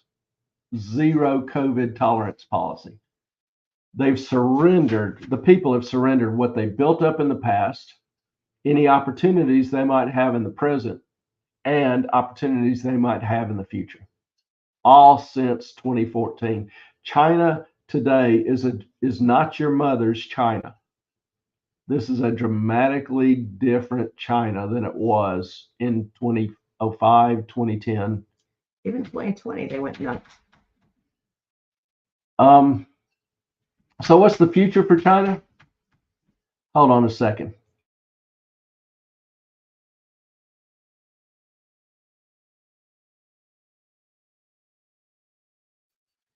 Had to offer mild encouragement to the dogs to quit trying to kick in the door. So what's the future for China? I mean, my crystal ball is no better than anybody else, but if you look at current trends and where they're leading, you can expect China to become more and more isolated, more and more cut off from the outside world.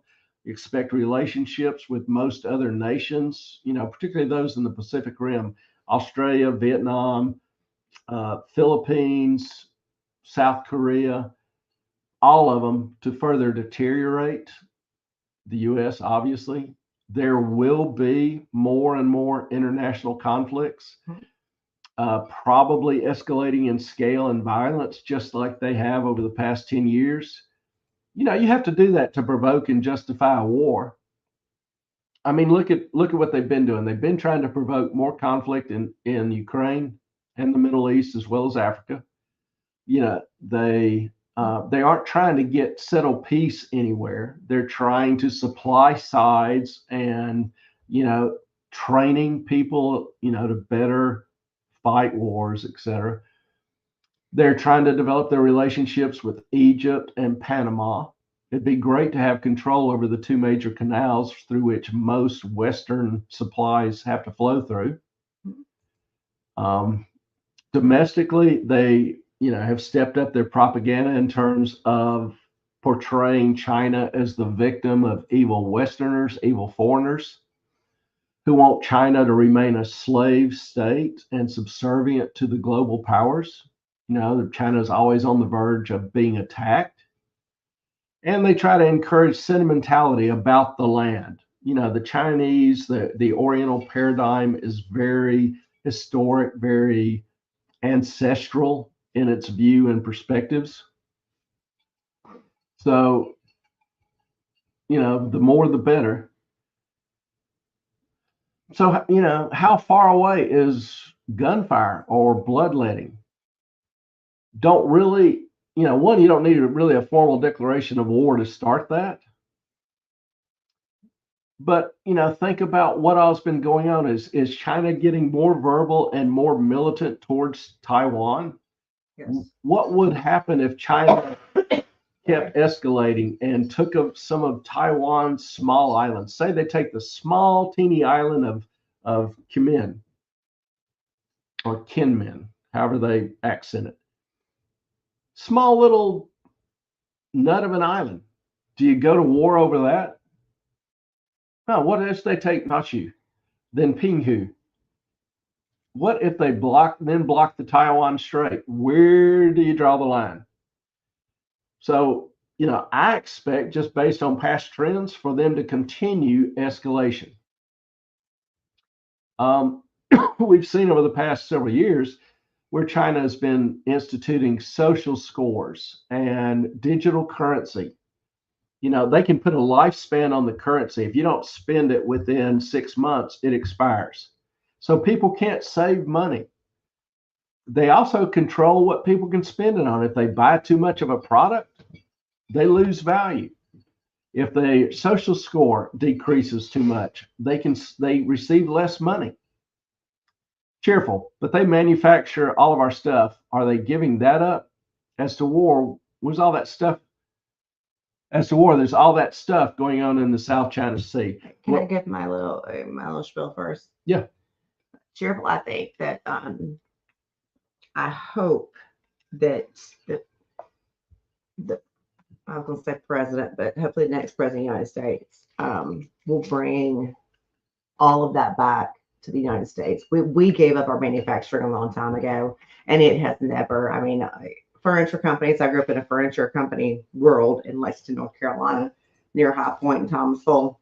Thomasville Furniture, Lexington Furniture, all that stuff, and it's gone. All of those plants have shut down. We gave up all of our manufacturing capabilities, all of the quality furniture manufacturing to China to make cheap shit. We're giving up a lot of stuff. We gave away a lot of stuff, and it would be awesome if we could get that back. Because so many lives were ruined. Well, keep in mind that I just, mentioned earlier that China's exports have been falling. Exports to the U.S. have been falling and are being replaced by exports from Mexico and Europe and other countries. Are they? Or are we just not buying as much stuff? Both. Okay. They're, manufacturing is leaving China, moving to Vietnam, moving to India, moving to Indonesia. Still cheaper labor, but countries that are politically, economically more in tune with us than they are with China.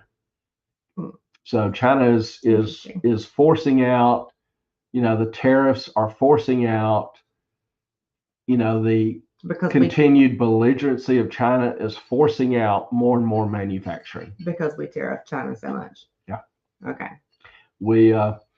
China is becoming more and more isolated. And that's by choice. I think it's pretty clear that's by design, not default.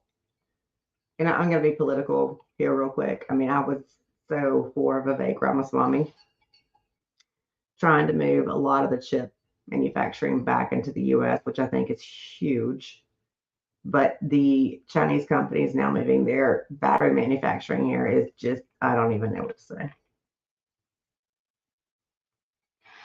Now, keep in mind, China has instituted these social scores, digital currency. They even years ago took control of the distribution of all commodities, food, precious metals, raw goods. All that's now handled by the government, not by private sector anymore. There's very little private control or influence left in the major domains of the Chinese economy. Let me ask you, based on history, does that sound like an economy that's built to prosper? No. Has, a bureaucratically, centrally controlled economy ever increased or developed prosperity for the people? No, not for their people. Never in history, just for the elites. But how's that working out for America? Now, let me stay on this track. As private jobs have disappeared in China, government jobs have increased. Does that sound familiar? Sure. Now, as more and more people work for the government, how likely are they to want to put themselves out of a job by trying to decrease government power? Or do they earn more money by increasing their power and control and influence? again, does this sound like a bug or a feature? Time will tell. But, Lau's theory is not one I can easily dismiss. And it's almost intuitive to me in a lot of ways, especially given the understanding that history repeats itself over and over again. It's probably now a good time to put the poll that I sent you. That'll take a minute. Private chat. I thought you were going to type it up. I can't do a poll because I'm not you. Huh. Imagine that. Imagine that. Now I got to find it. I think it's in YouTube. I'm in YouTube. It will go to your private chat. That's right here. Okay.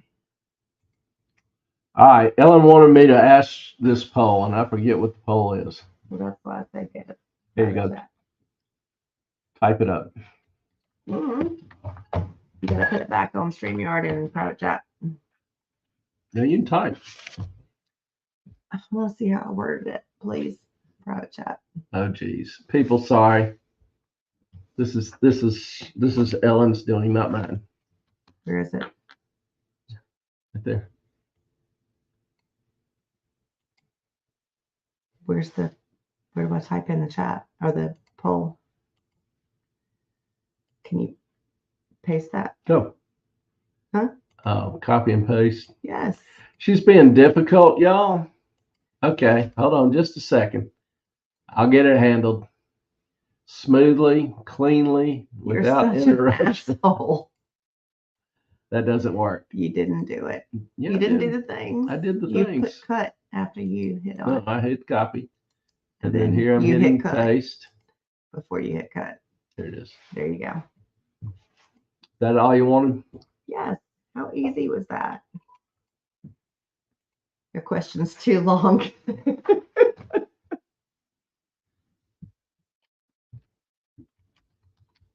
It's already in there, isn't it? No, you got to type it. Okay. Just take all that out because the question's too long. And then just do the capital D. There you go. All right. You now have a poll. Jump on it. Do the things, Go jump on it. Make Ellen happy. please. Give me some results. So, is it a theory that holds up under scrutiny? Time will tell. Like I say, to me, a lot of it is intuitive. A lot of it, fits the trends that we've seen. A lot of it fits the decisions that we've seen. And, really, do you believe that the decisions are just random, chosen with maybe some degree of hope? Or do you think they're chosen because they know what they will result and, how they will end up? No, they're chosen because they want the best for the people. I think it's by design. But we'll see. See what the poll says. Now, second part tonight, we were talking about black holes for homes.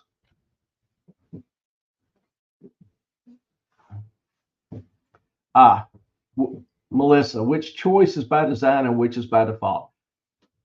I think Ellen is basically asking, who knows? Really? Where's the poll? I don't know. I'm not on YouTube. I'm just sitting here with you. Well, this is YouTube. Yeah. So what is the... Nope, don't end the poll. Why can't I? There it is. Do you think the U.S. government is destroying America by design? Oh, we didn't do that right.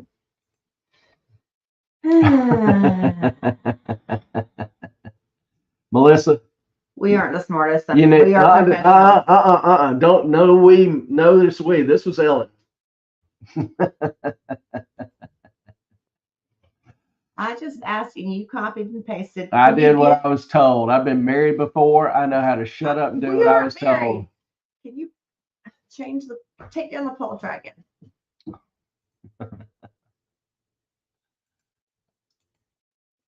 All right. One more time.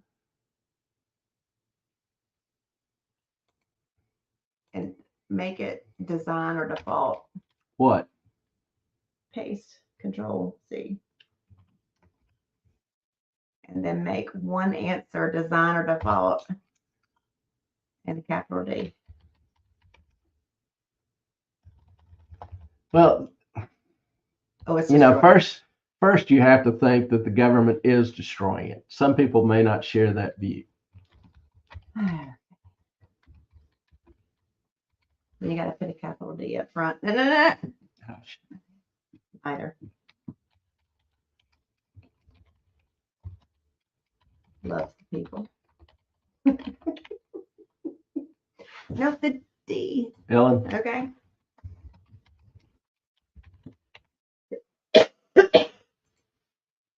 Ham sandwich. all right, we have a new poll. I'll get the first one. Y'all go jump on it. And hopefully this one will be a little bit better. Hopefully, I'm not so retarded. Second topic was black holes for homes. Saw an argument being made that the large institutional funds, retirement funds, hedge funds, etc., have been buying residential homes, which we all know they have. They've been paying up to a 20% premium, which obviously has caused housing prices to soar and balloon. I mean, they just go in and they'll buy a whole subdivision or commercial real, not commercial real estate. They'll buy complexes. They'll buy a whole city block of complexes. Well, they're also buying individual houses. And some people, have pointed out that up to 40% of the residential homes sold the past 2 years have been institutional buyers. And that's Institutional, what does that mean? like funds, retirement funds, hedge Oh, funds. fuck that.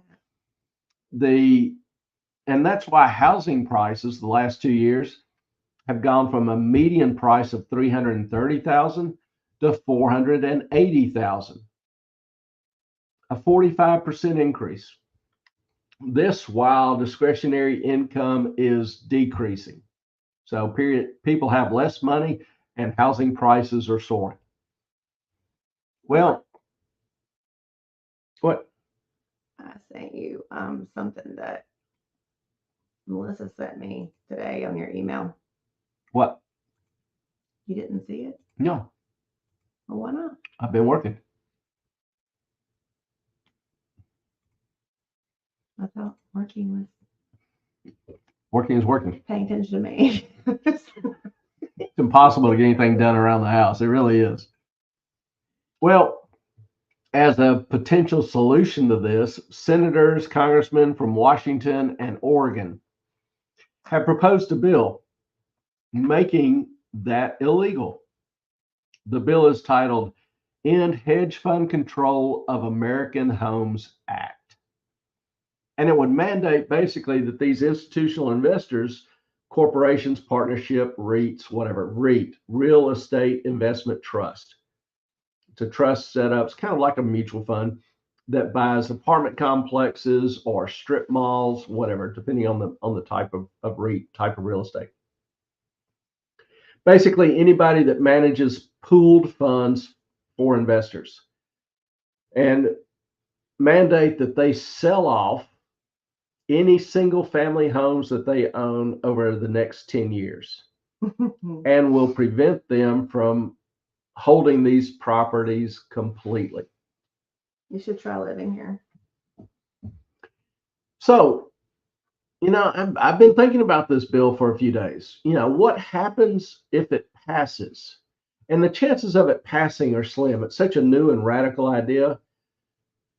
It's going to be debated and studied and considered for a while.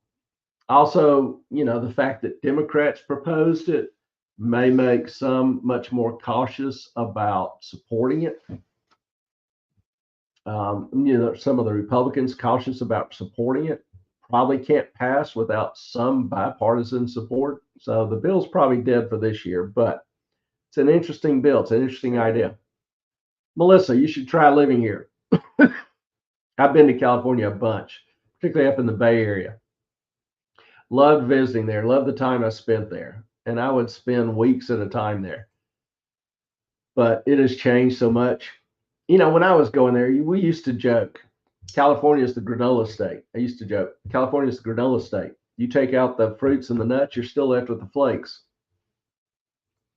He doesn't mean that about you, Melissa. No, I had some great friends and people that I would visit. Still have some great friends there, that I would visit that I do business with. I worked with a lot of the larger institutional funds there, Stanford Endowment Fund, Transamerica, some of the significant, financial firms there, and love the people. I had this one lady at I think it was, if I remember, I think she was at Silicon Valley Bank, which went bankrupt. But anyway, she would always kid me about moonshine from Alabama, make some comment and ask if I brought her any. So one day before I took off on a trip, I went and bought a bottle of Everclear, which, if y'all don't know what that is, that's just pure grain alcohol, no radiator fluid. I mean, it's almost like moonshine. Oh, yeah, it's like, is it 160 proof? It's something stupid proof. So it's 80% alcohol. I mean, it's stout. And I bought a mason jar, poured it in the mason jar, sealed the top on tight, got a piece of tape and wrote Bama Shine on it. And then I wrapped it up for her, gave it to her. She was so excited. She thought she had a bottle of Bama Shine. And every time I'd visit her thereafter, it was right there on her desk, corner of her desk by his pictures. So had some great people, met some great people out there. I'm about you trying to get anything done. Oh, geez. We just went off on a whole nother topic. I was going to say, because Melissa, we are Williewood. Like, we do lots of movies here. We can do all the things. Hysterical. But California's an incredibly beautiful state. We're going to start calling Melissa at Carson. Yeah. So what happens if the bill passes? That's what I've been thinking of. Obviously, demand for housing would drop dramatically. You'd take some huge buyers out of the market. Supply and demand is still a law. If demand drops, supply remains constant, prices crash. So current homeowners would see the values of their homes collapse. Probably 30 to 40%. Don't know exactly, but it'd be significant, hugely significant. Now, over the past year, since interest rates have jumped up so high, the median home price has fallen from 480,000 to 417 as of last month. Median. That's a pretty good drop. Yeah, median. Wow. So remember, the difference between median and average, median and mean, is median is the price in the middle, equal number higher, equal number lower. Average is the numerical mean of all the values. But if you have some that are really far out, it can kind of move the average and give you. Take out the highs and lows and take the middle. And that's why I use median. Right. Because you've got some homes that are 100 million, 200 million, which really can skew the average up. They don't count. So a drop of 30% from this would bring housing prices down to about 290,000. That's a hell of a drop. Mm-hmm. Now that would make, at current rates, that would make the mortgage payment about $1,900. You throw in taxes and insurance, you're probably looking at $2,400 to $2,800 a year, depending on where you live. $2,800 a month, depending on where you live. What interest rate? I'm sorry. 7%. Wow. Now at $2,500, that's $30,000 a year. $30,000 a year. Now that's still out of reach for the median household income of $75,000. It's 40% of that income, so it's still a little high. The new couples just starting out would still struggle to buy a house. It's the same criteria go into effect that was 20 years ago, which is you get 1.5 your year's salary should be the amount of house you should buy. Well, the amount of mortgage you can take Right. normally is about 24 to 26% of your gross. The payment. Yeah. Okay. So Because we used to recommend 1.5 times what you make. the compares, you can compare that monthly payment to the $400,000 current value, Mhm. which is about $43,000 a year, including taxes and insurance, up from $30,000 a year. So a modestly significant increase. The real question is, the question to you, which scenario are we better off? Whose ox should be gored? The homeowners or the non-homeowners? I kind of think institutionals should not be allowed to buy homes because they have enough power. They already have too much power and influence, too much control over policies and politics and whatever. Giving them control of the real estate market, they'd end up owning it all. And we'd all end up renters to them, which You're selling yourself to kind of is a nice goal for the WEF. the government, right? Well, corporations, private Well, mutual funds, eventually. Who benefits from that? the elite. So I hate throwing out a problem without offering up some ideas. So what ideas do I think, my opinion only, could help the housing market? I'm gonna pause. Dogs are losing their minds. I'm gonna let you finish this on All your right. own. I know that'll make you happy. All right. Good night, everybody. Love you. Gotta go take care of my peaches. And I'm about to finish up. This won't take long. Yeah. So how to help housing? First thing, need to strongly revisit, reduce, maybe eliminate zoning laws and restrictions. Zoning keeps houses from being built. Now, if you're in a nice, rich enclave, you probably want to keep it a nice, rich enclave. But historically, that's not been the norm. There have been, historically, the rich and the middle class and even the poor would all live within a block of each other. The kids all went to the same school. You didn't have the distinct classes, the jealousy, the whatever. Zoning laws are a big problem in expanding the supply of housing, particularly in urban areas. And zoning laws also include rent control. Now, if you've got a rent controlled apartment in San Francisco, you never want to give that up.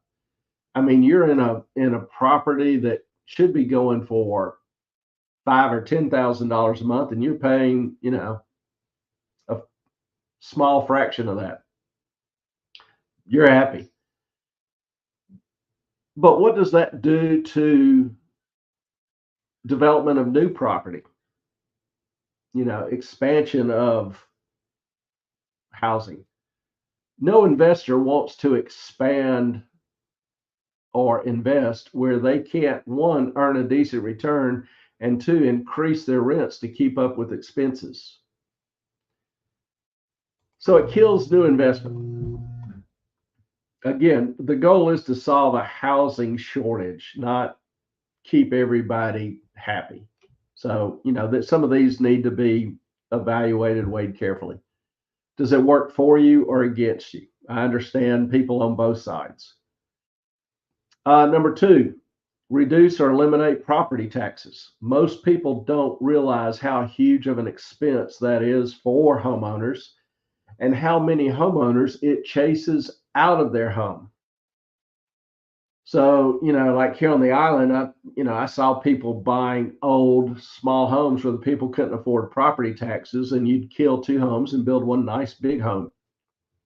That kind of thing. It allows for bigger, nicer homes, which increases tax revenues for the city. Kind of a win-win, right? Well, I admit, morally, I have a problem kicking a 70-year-old veteran out of his little shack on the beach because he can't afford the taxes on his fixed income. I'm just maybe that's just me, but I think a lot of y'all, probably would feel the same way. The property taxes force people to evaluate their property in terms of what is the highest and best use, which is not immoral, but I don't know if that's really the motivation that we want in residential areas. If I could sell my property, I won't belabor the point. You get the idea. Number 3, I would remove a lot of the extensive insurance regulation. For example, right now, most states mandate insurance to pay if the owners are negligent. For example, there was a house just a block from here that caught fire and burned, ruined the house because I think it was a 10-year-old kid was trying to cook on the grill. Should the insurance company be forced to pay that? I live in an area that's hurricane prone. So if a Cat 5 hurricane hits this island, all the houses are going to be wiped off the island.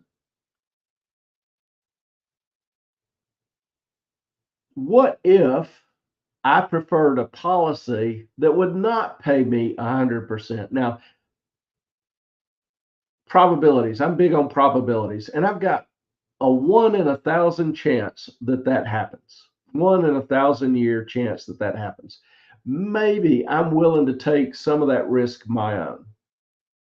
And so if a hurricane hits or if I set fire to the house and burn it down, I only get paid half the value of the insurance contract or a third the value or just enough to pay off the mortgage. That ought to be my option. If I want to cut my insurance payments, and those two options would cut insurance costs a lot for homeowners. Now, it would expose them to greater risk. Some might be willing to make that trade-off, some not. You wouldn't be forced to, but it's an option.